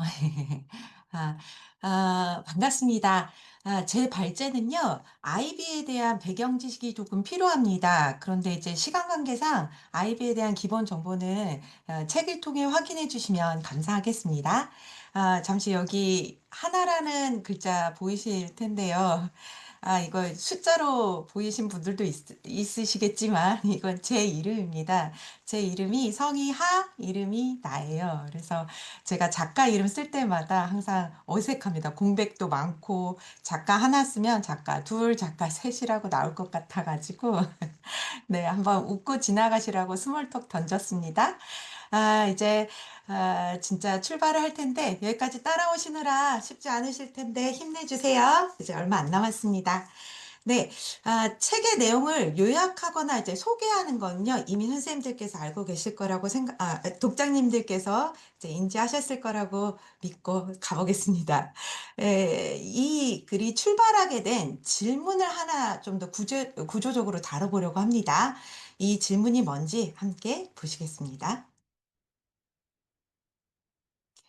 학교는 어느 정도로 우리의 인생을 준비해주고 있나? 라는 질문인데요. 독자님들께서도 한번 생각해 보실 수 있도록 잠깐 시간 드리겠습니다. 정답은 따로 없고요. 열린 질문이니까 두려워하지 마십시오. 이제 답변 중에 세 분을 골라서 커피 쿠폰을 증정하도록 하겠습니다. 증정 명단은 이제 발제 마지막에 공개를 하겠고요. 잠깐 지금 시간을 드리긴 하겠지만요. 제가 발제하는 동안 생각나시는 대로 천천히 올려주셔도 됩니다. 네. 지금 잠깐 시간 드릴게요. 선생님들께서 생각하실 때 학교는 어느 정도로 우리의 인생을 준비해주고 있나라는 질문에 대한 네, 감사합니다. 이제 좀 이 답변이 바로 나오기 좀 어렵죠. 그래서 찬찬히 생각해 보시고 이제 마지막 때 이제 독자님들의 생각을 더 살펴보겠습니다. 그러면 이제 진행을 해볼게요. 이 질문은요, 제가 개인적으로 만든 질문이 아닙니다. 독일의 아비투어 시험에서 실제로 출제된 논술형 평가 문항이고요. 형식과 사고 요구면에서 전형적인 IB 성격의 질문이기도 합니다. 이 문항의 핵심은 정답을 요구하지 않는 데 있습니다. 찬반을 선택하게 하지도 않고 내 경험을 나열하는 것을 요구하지도 않습니다. 대신 이 질문은 학생에게 이런 사고를 요구하는데요. 학교라는 제도가 수행하는 역할이 뭐냐? 그리고 인생을 준비한다는 게 어떤 의미냐? 그리고 그 준비가 어떤 영역에서 어떤 방식으로 이루어지고 있는지를 근거를 들어서 검토해 보라는 요구입니다. 그래서 이제 저도 이 방식에 맞춰 이제 차근차근 생각을 해 봤는데요. 학교 교육이 크게 네 가지를 연습시키고 있다고 생각했습니다. 생각하는 연습, 실패를 다루는 방식, 그리고 사람을 대하는 태도, 자기 결정성을 높이는 연습을 하는 것이 학교라고 이제 생각을 한 건데요. 이런 것들은 시험 성적표에는 잘 나타나지 않습니다. 하지만 삶에서는 계속 드러나는 영역이죠. 그래서 저는 우리가 흔히 말하는 학교 교육의 성과라는 좋은 대학 진학 혹은 좋은 직업 정도가 이런 성과가 과연 이 부분까지 함께 보고 있는 것인지 이제 다시 생각을 해보게 되었어요. 그래서 이제 돌아보았는데, 저는 꽤 분명한 방식의 교육을 받았던 세대의 사람입니다. 문제는 정답이 있고 정답은 한 개 내지는 최대 두 개. 그 정답을 빠르게 맞히는 사람이 좋은 성취를 얻는 것이라는 기본 조건이 있었어요. 이걸 강요하진 않았지만 저희 세대에서 학습한 결과물이 그 부분에 이제 치중되어 있었던 건 사실인 것 같습니다. 이 구조는 시험과 평가에서는 효율적인데 게다가 정당하기까지 합니다. 하지만 앞서 말씀드린 네 가지 습관 중에 특정 경로만을 이제 반복하고 강화하죠. 또 제가 이제 이 문제의식이 좀 더 확장된 계기는 사회적 이슈를 겪으면서 더 심화가 된 건데요. 세월호, 코로나 속 학교, 서희초 사건, 또는 이제 최근 계엄령 논란까지 이른바 한국 사회의 굵직한 장면들을 지나오면서 양극화된 사회 속에서 학교 교육이 준비시키는 능력의 범위가 정말 과연 충분한지에 대한 질문으로 이어진 것이었습니다. 그래서 이 질문을 토대로 아이비 교육을 다시 보게 되었는데요. 여기서 이제 말씀드리고 싶은 건 아이비 교육이 더 우수한 교육이라고 말씀드리는 건 절대 아닙니다. 다만 이제 아이비는 경로를 다르게 설계한 사례 중의 일부라고 생각합니다. 특히 이제 아이비는 이제 컨텐츠, 뭘 많이 가르쳤느냐가 아니라 학생이 어떤 방식으로 사고하느냐, 어떻게 실패를 해석하고 어떤 기준으로 판단하도록 요구받는지를 끝까지 추적합니다. 이런 철학적 사유는 이제 뭐 독자분들이든 교사든 어떤 집단이든 이제 문제의식으로 한국 사회에는 다 존재한다는 건 맞는 것 같습니다. 하지만 이걸 어떻게 구체적으로 도출해 가느냐가 핵심인데요. 아이비 교육에서는 커리큘럼과 학교 구조 전반에 걸쳐서 지향하는 바가 뚜렷하게 드러납니다.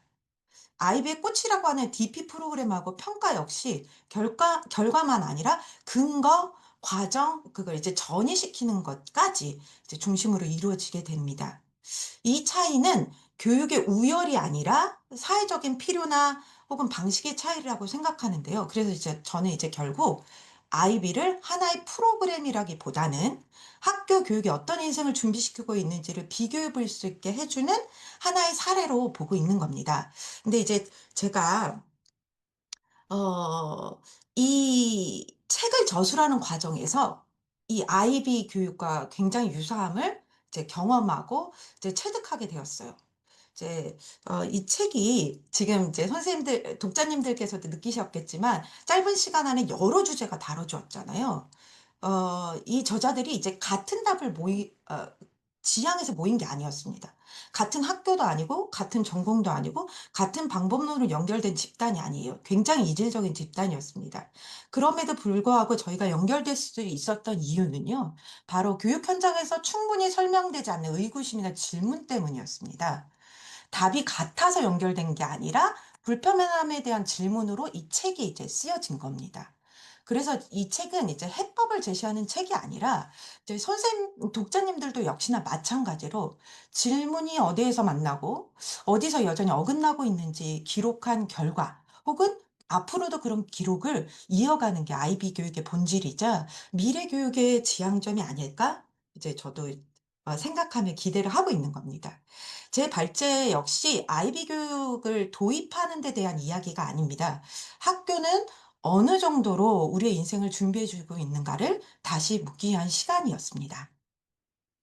네, 제가 이제 빠른 속도로 제 챕터에 대해서 이렇게 독자님들에게 이야기를 던졌는데요. 이제 마무리를 하려고 합니다.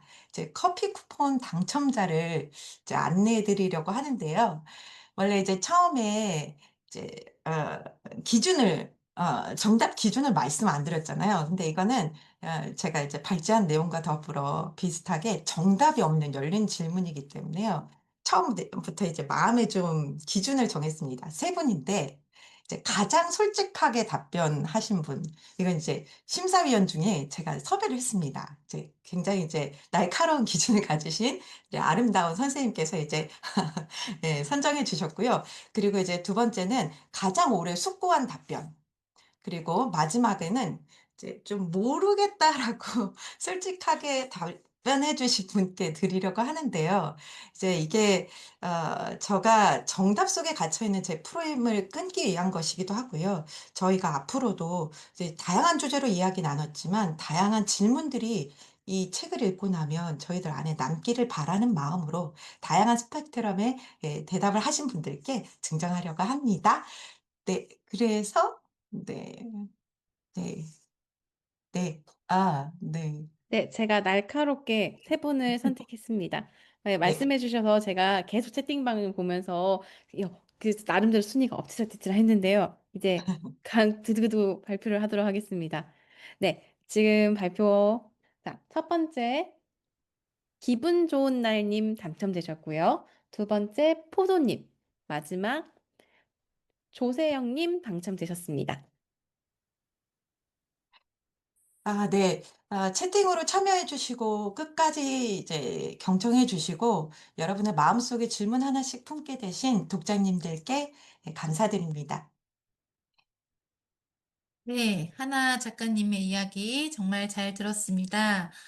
저희 저자들도 이 책을 적는 과정에서 여러 가지 탐구 질문과 또 토론을 하기도 하고, 때로는 아까 이제 누군가 말씀하셨지만 눈물을 흘리기도 하고, 그렇게 숙고의 과정을 거쳤는데, 특히 이 하나 작가님이 쓰셨던 파트는 제목 자체에서부터 어, 굉장히 좀 많은 생각을 하게 하는, 멈추게 하는 그런 질문이었던 것 같아요. 학교는 어느 정도로 우리의 인생을 준비하고 있나, 준비해주고 있나라는 질문인데요. 조금 마음이, 안타까운 마음이 좀 들었던 점은 채팅을 보면서 저희 교사들도, 그리고 또 학부모님들도 대한민국의 그런 공교육의 현 주소를 보여주는 것 같았다. 그러니까 다들 만족스러운 답변들보다는 저희 교사들 또한 준비를 덜 해주고 있다라는 의견에 좀 수렴하는 것을 보면서 교육이 좀 변화가 되어야겠다라는 생각을 좀 많이 해봤습니다. 네, 너무 감사하고요. 다음 코너로 넘어가 보도록 하겠습니다. 임보라 작가님께서 영어 교육에 관련한 이야기를 해주실 예정입니다. 작가님 부탁드립니다. 네, 안녕하세요. 저는 이제 마지막에서 두 번째 공개를 하게 된 임보라입니다. 네, 저는 여러 교과 중에서 영어 교과에 조금 관심이 많아서 작년에 박사과정까지 공부를 마치고 나서 올해 이제 2025년이죠. 벌써 작년이네요. 그때 이제 영어 교육을 하면서 좀 미래 영어 교육의 방향을 좀 찾아보고 싶었던 사례를 나눠드리고자 합니다. 저희가 이제 이거를 쓰면서 고민했던 질문은 두 가지였던 것 같아요. 특히 공교육이랑 사교육에 대한 이러한 영어 분야에서 좀 화두가 되고 있는데, 아이들이 정말 많은 시간을 또 노력을 들이고도 정말 아이들이 살아있는 영어를 할 수 있는지, 그러니까 공교육 상황에서 아이들이 살아있는 영어를 할 수 있도록 가르치고 있는지 그런 고민이 많이 되었던 것 같습니다. 그리고 두 번째 질문은 이렇게 교사적 상황에서 제가 아이들과 함께하는 활동이 과연 아이들의 삶 속에서 소통하는 데 쓰일 수 있을까? 이 고민이 저는 두 가지가 이뤄졌던 것 같습니다. 특히 저희 AI 기술이 발전하면서 오히려 AI가 실시간으로 통역을 해주고 있잖아요. 그리고 또 시험을 치지 않는다면 아이들이 정말 영어로 소통하는 즐거움을 느낄 수 있을까? 이런 고민을 많이 했던 것 같아요. 그래서 이제 저는 아이들의 삶과 연결되는 진짜 의사소통 역량이 더 필요해지지 않았나라는 생각이 들었던 것 같습니다. 그래서 저는 이제 첫 번째로 제가 했던 부분은 이제 교과서를 하나의 이제 재료라고 봐야 되는데 사실 아직도 초등 같은 경우에는 교과서 기반으로 많이 나가고 있긴 하거든요. 그래서 어떻게 하면 교과서를 넘어서 이제 아이들의 삶 속으로 갈 수 있을까라고 고민하다 보니까 저는 첫 번째로 좀 과업을 아이들의 삶 속에서 좀 연결될 수 있는 걸 줬던 것 같아요. 그래서 왼쪽은 뭐 서술을 배우는데 그 서술을 잘 활용하기 위해서 1학년부터 6학년까지 자신의 추억을 좀 에듀테크 도구로 표현하게 한다든지 아니면은 이제 그림책이라는 아동문학 장르를 가져와서 좀 더 길고 풍부한 콘텐츠를 좀 아이들에게 주려고 했던 것 같아요. 그래서 사실 선생님들께서 경험하시는 모든 것들이 다 이제 삶 속에 연결이 될 수 있다는 점에서 이러한 고민을 해주시면 좋을 것 같고요. 그리고 두 번째는 이제 저도 프로젝트 수업으로 좀 설계를 했던 것 같습니다. 그래서 아이들이 좀 도구를 활용해서 어떻게 자신의 생각을 펼칠 수 있을까? 그러한 포인트들을 좀 많이 줬던 것 같고요. 사교육과 좀 다른 부분이 있다면 아이들이 좀 더 이렇게 만들었던 결과물을 좀 공유하고 또 소통하는데 선생님이 좀 밀도 있게 지도해 줄 수 있지 않을까. 근데 그게 저는 어떻게 보면 네, 학교의 묘미라고 생각하거든요. 그래서 아까 그 하나 선생님이 질문해 주신 학교는 얼마나 학생들의 인생에 그 도움을 주는가. 저는 사실 긍정파거든요. 그래서 생각보다 많은 영향을 미치고 있다고 생각을 하는 사람인지라, 네, 저는 그래서 저의 약간 전문성을 기르려고 더 노력을 하는 것 같습니다. 그러던 와중에 이제 저는 세 번째로 AI 플랫폼이 굉장히 많이 활용됐던 것 같아요. 저는 AI 플랫폼을 어떻게 영어 시간에 네, 발음 분석이라든지 네, 이러한 것들을 활용해서 이벤트성 체험이 아니라 좀 루틴을 만들고자 노력을 했던 것 같습니다. 그리고 요새 수업과 평가가 연계된다고 많이 말들 하잖아요. 그래서 저는 이제 이런 에듀테크 도구들 이제 활용은 하지만 아이들의 자기평가, 직접 손으로 쓰는 거, 아니면 동료평가, 이러한 것들을 어떻게 좀 녹여낼지 많이 고민을 했던 것 같습니다. 그래서 아이들이 그 과정에서 제가 좀 악덕 선생님일 수 있지만 항상 5문장 이상 쓰라고 했던 것 같아요. 그래서 성찰을 강조하다 보니까 아이들도 나중에는 이거는 못했었는데 이젠 이걸 잘할 수 있게 되었다. 이런 얘기를 해주다 보니까 성장이 결국은 네, 수업과 연결된다는 것을 저도 느낄 수 있었던 것 같습니다. 그래서 결국 이제 제가 느꼈던 부분은 AI는 결국 저희랑 함께 가긴 갈 건데 이거는 분명히 조력자 역할인 것 같아요. 그래서 아까 선생님들께서 토론하실 때 아이들이랑 AI랑 대화하는 걸 그대로 두시겠다 하시는 분들도 있었는데 저는 약간 또 대면파거든요. 그래서 언제 선생님이 그거를 적절하게 조절해 주시는가? 그런 배움의 의미와 맥락을 설계하는 게 저는 교사의 전문성, 아까 저희 지미정 팀장님께서도 말씀해 주셨는데, 그래서 그러한 고민을 선생님들께서도 각 맡으신 교과나 관심 있는 교과에서 좀 해보시면 어떨까 싶습니다. 그래서 혹시 영어를 가르치고 계시다면 선생님께서 가르치시는 영어 수업, 이 혹시 살아있는지, 이 살아있다는 말이 되게 저희 작가님들 사이에서 좀 논란이 됐었거든요. 이 살아있다는 말이 무슨 말이냐? 이제 저희가 생각한 살아있음은 아이들이 정말 그 언어로서 소통하는 묘미를 느낄 수 있는 네, 그러한 맥락이 살아있는 영어 수업이 살아있다라고 저는 정의를 내렸던 것 같아요. 선생님들께서도 아니면 학부모님께서도 아이들에게 이러한 교육의 살아있음을 느끼게 하는지 네, 고민을 좀 해주시면 좋을 것 같습니다. 감사합니다. 저 너무 빨리 끝났나 봐요. 아니요. 너무 좋습니다. 우리 임보라 작가님의 아주 유쾌하고 그리고 또 정확하게 또 통찰력 있는 영어 교육 이야기 너무 잘 들었고요. 저도 오늘 이제 올해 8살이 되는 아이를 키우고 있는데 학부모로서도 굉장히 관심 가는 내용이었습니다. 자, 내가 한마디 더 드리면 커피 쿠폰이 당첨되셨는데 아직 답을 적어주시지 않은 같이 걷기 앤드류 포도님께서는 애타게 찾고 계십니다. 지금 커피 쿠폰을 보내주실 담당자님께서 개인톡을 보내셨을 겁니다. 그럼 개인 채팅방 한번 확인 부탁드리겠습니다. 네, 마지막 순서입니다. 저희 공장장님이신 지미정 작가님을 초대해 보겠습니다.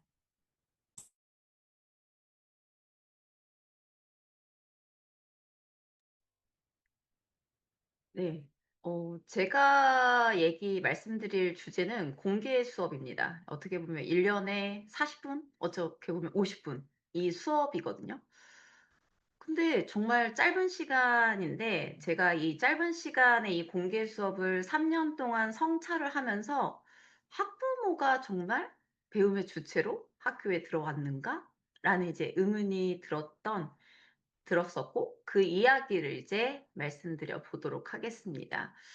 학부모를 배움의 주체로 초대할 수 있을까? 어떻게 그게 가능할지 선생님도 생각하면서, 그리고 이제 부모님들도 같이 생각해 보시면 좋을 것 같습니다. 공개 수업 시기가 다가오면 어떤 감정이 떠오르시나요? 한번 채팅창에 한번 올려봐 주시겠어요?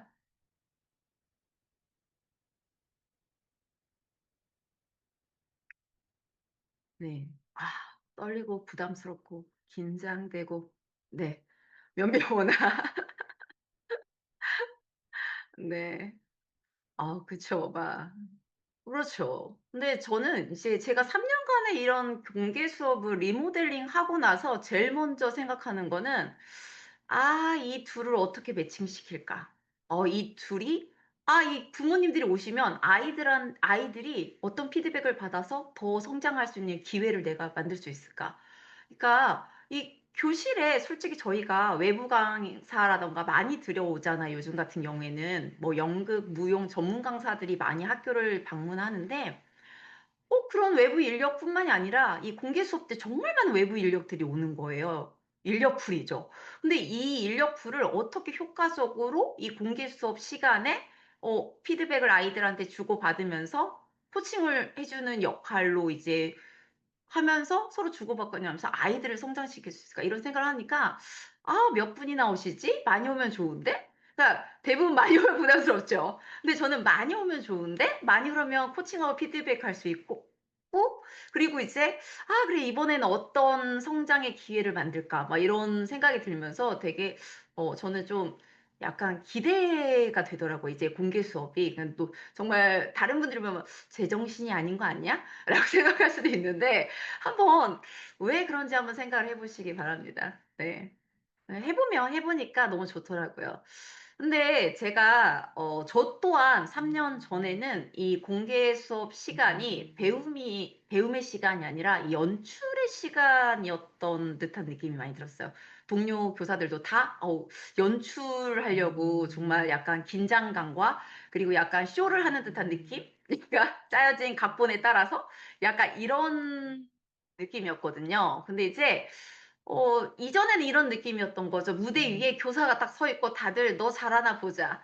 선생님, 우리 뭐 하는 거예요? 저한테 뭐 이렇게 뭘 해야 되는지 알려주세요. 약간 이런 느낌의 이런 구조였던 거예요. 그래서 이거는 나도 부담스럽고 이렇게 뒤에 서서 솔직히 앞에 있는 학생들과 교사의 수업, 결국은 교사의 수업을 보고 있는 거거든요. 그러니까 뭔가 이런 구조가 대단히 불편하게 느껴지기 시작을 했습니다. 그래서 이 불편함을 좀 어떻게 문제를 해결해 볼까? 이게 아이들이 이 미래 역량에서 중요한 게 주도성도 있지만 이 변혁적 역량이거든요. 문제 해결 역량을 대단히 중요하게 생각을 하는데 그래서 이거를 어떻게 이 문제를 해결해서 내가 변화를 만들 수 있을까? 이 교사의 변혁적 역량도 대단히 중요하다고 생각을 했기 때문에 내가 한번 생각해보고 변화를 만들어 보자라고 이제 생각을 했습니다. 제가 생각이 들었던 거는 우리는 한 공간에, 교실이라는 한 공간에 있었지만 같은 방향을 보고 있었나? 학생들과 교사가 진짜 같은 방향을 보고 있었나? 목표가 같았나? 학부모들도 당연히 아니었죠. 그래서 다들 제각기 다른 방향을 보고 있었던 거예요. 그래서 이 방향을 한 방향으로 이제 일치시키면 되지 않을까? 그럼 뭐가 나오지 않을까? 그러면 한 방향이 뭘까요? 그럼 선생님들, 여기 계시는 학부모님 계시면 우리가 한 방향이라고 하는 이 목적은 과연 뭐를 향해서 나가야 된다고 생각을 하실까요? 네. 이따가 어떤 학부모님께서 사전 질문을 올려주셨더라고요. 그 질문과도 연결이 되는데, 네, 학생들의 성장, 뭐 즐거움, 이익, 네, 이익, 재밌네요. 이익, 무슨 이익일까요? 네, 대단히 뭐 발표 잘하면 집에서 용돈 받나요? 네, 저것도 이익일까요? 네, 그래서 이게 같은 방향이라는 게 뭘까라고 생각했을 때 저도 이제 아까 이제 박성전 선생님처럼 성장이라고 생각했어요. 이 시간을 아이들이 솔직히 아이들 스스로도 성장을 바랄 거고, 교사도 아이들의 성장을 항상 바라고 있고, 그리고 학부모들도 항상 아이들의 성장을 바라고 있죠. 결국 이 방향을 일치시키면 되겠구나. 그래서 이제 각자의 역할은 똑같습니다. 아이들이 이런 항해의 경험, 이 교육의 경험 속에서 어쨌든 성장할 수 있는 기회, 그리고 거기에서 같이 도와주는 역할을 하는 거죠. 그래서 같이 한 방향을 보고 같이 항해를 하는 듯한 느낌으로 이 공개 수업을 구조화시키자라고 이제 생각을 한 겁니다. 그래서 대단히 중요한 역할입니다. 그래서 어떨 때는 학부모님이 전체가 다 오신 적이 있었어요. 제가 아주 중요합니다. 어머니, 아버님께서 코치의 역할로 아이들에게 중요한 성장의 기회를 드릴 수 있는 기회를 마련했으니까 가능하시면 꼭 참여해 보시라고 이제 했는데 정말 이제 한 분 빼고 다 오신다고 하셨는데 그 한 분이 나중에는 저도 가겠다고 막 해서 이제 전체가 다 왔던 경험이 있었거든요. 근데 이게 어떻게 이제 가능할지 생각을 한번 해 보도록 할게요. 이런 감각과 어 이런 감각이라고 표현을 하고 싶어요. 그래서 같이 항해를 했던 감각은 쉽게 잊혀지지 않더라고요. 그래서 이게 공동 주도성입니다. 같이 한 방향을 보고 나아가는 거죠. 근데 지금 제가 학부모 이제 코딩 이제 아이들이 그 크롬북으로 이제 처음으로 엔트리를 했을 때가 있었어요. 근데 아이들이 이제 그걸로 공개 수업을 하고 싶다고 얘기를 하는 거예요. 그래? 그러면 이제 아이들이 만든 코딩 작품이 있으면 학부모가 체험자가 되고, 그리고 이 코딩 너희들이 이제 개발한 이거는 이거가 조금 부족했어. 근데 이렇게 해보면 너무 좋을 것 같아. 이건 너무 잘했는데? 이런 식으로 코치가 되기도 하는 겁니다. 그리고 학생들은요, 그 부모님들이 계속 바뀌면서 코치를 해주고, 그러면 아이들은 계속 어떤 이제 작가의 만남이란 이런 공개 수업도 했었는데요. 아이들이 시를 하나 써서 이제 낭송을 합니다. 그러면 부모님들이 듣고 나서, 이 시가 너가 어떤 부분은 되게 좋고, 근데 이 부분은 이렇게 고치면 좋지 않을까? 그러면 아이들이 성찰을 해서 다시 시를 수정을 하죠. 그럼 다음에 만나는 부모님께 다시 이제 고친 시를 이제 해드리는 거예요. 그러면 계속 이렇게 실행하고 성찰하고 계획하는 이 역량 개발 사이클 안에서 아이들은 성장해 나가는 이런 기회를 주는 겁니다. 자, 그러면 이 상황에서 교사가 하는 역할은 무엇이냐? 이 분위기, 이 감각, 바람의 방향을 읽는 거예요. 자, 그리고 방향을 조율하는 거예요. 같이 피드백 주는 시간이 조금 더 길어야겠는데? 이 남는 시간이 약간 학부모님들이 이제 코칭을 하고 평가를 하는 시간이 있는데, 그 시간 아이들이 더 의미 있는 시간을 설계하기 위해서 어떤 걸 하면 좋을까? 뭐 이런 계획을 하면서 계속 조율을 하는 거죠. 그래서 이런 식으로 이제 공개 수업을 설계를 하고 나서는 이 공개 수업이 기대되는 학교 밖에 있는 엄청난 인력풀들이 학생들의 성장을 밀도 있게 피드백해 주기 위해서 네, 오는 이런 기회로 이제 생각이 되더라고요. 자, 이 하나의 질문이 바꾼 마법 같은 시간이었어요. 그래서 한 공간에 있었지만 우리는 정말 같은 방향을 보고 있던가. 그래서 아까 하나 선생님이 어떤 질문, 이게 지금 여기 계시는 작가님들은 본인들이 진짜 중요하게 생각하는 탐구 질문을 찾기 위한 여정을 정말 길게 하셨거든요. 무진기행 같은 시간이었는데, 저도, 이게 진짜 같은 방향을 보고 있었을까? 이런 질문.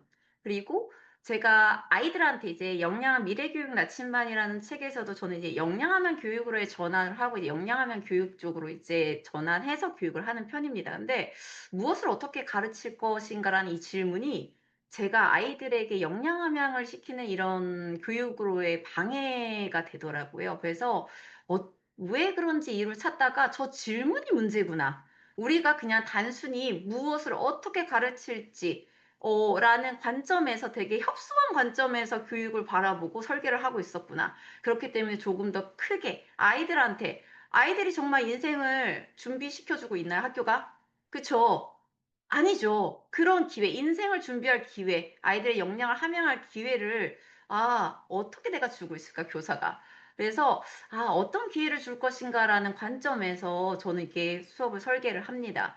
아까 전에 애들이 엔트리 코딩으로 공개 수업을 했다고 했잖아요. 근데 저는 솔직히 말해서 엔트리 코딩을 하나도 모르는 교사였습니다. 하지만 그 기회를 줄 수 있는 방법을 찾아서 어쨌든 실행을 했던 거죠. 자세한 내용은 책에 담겨 있으니까 참고해 보시고요.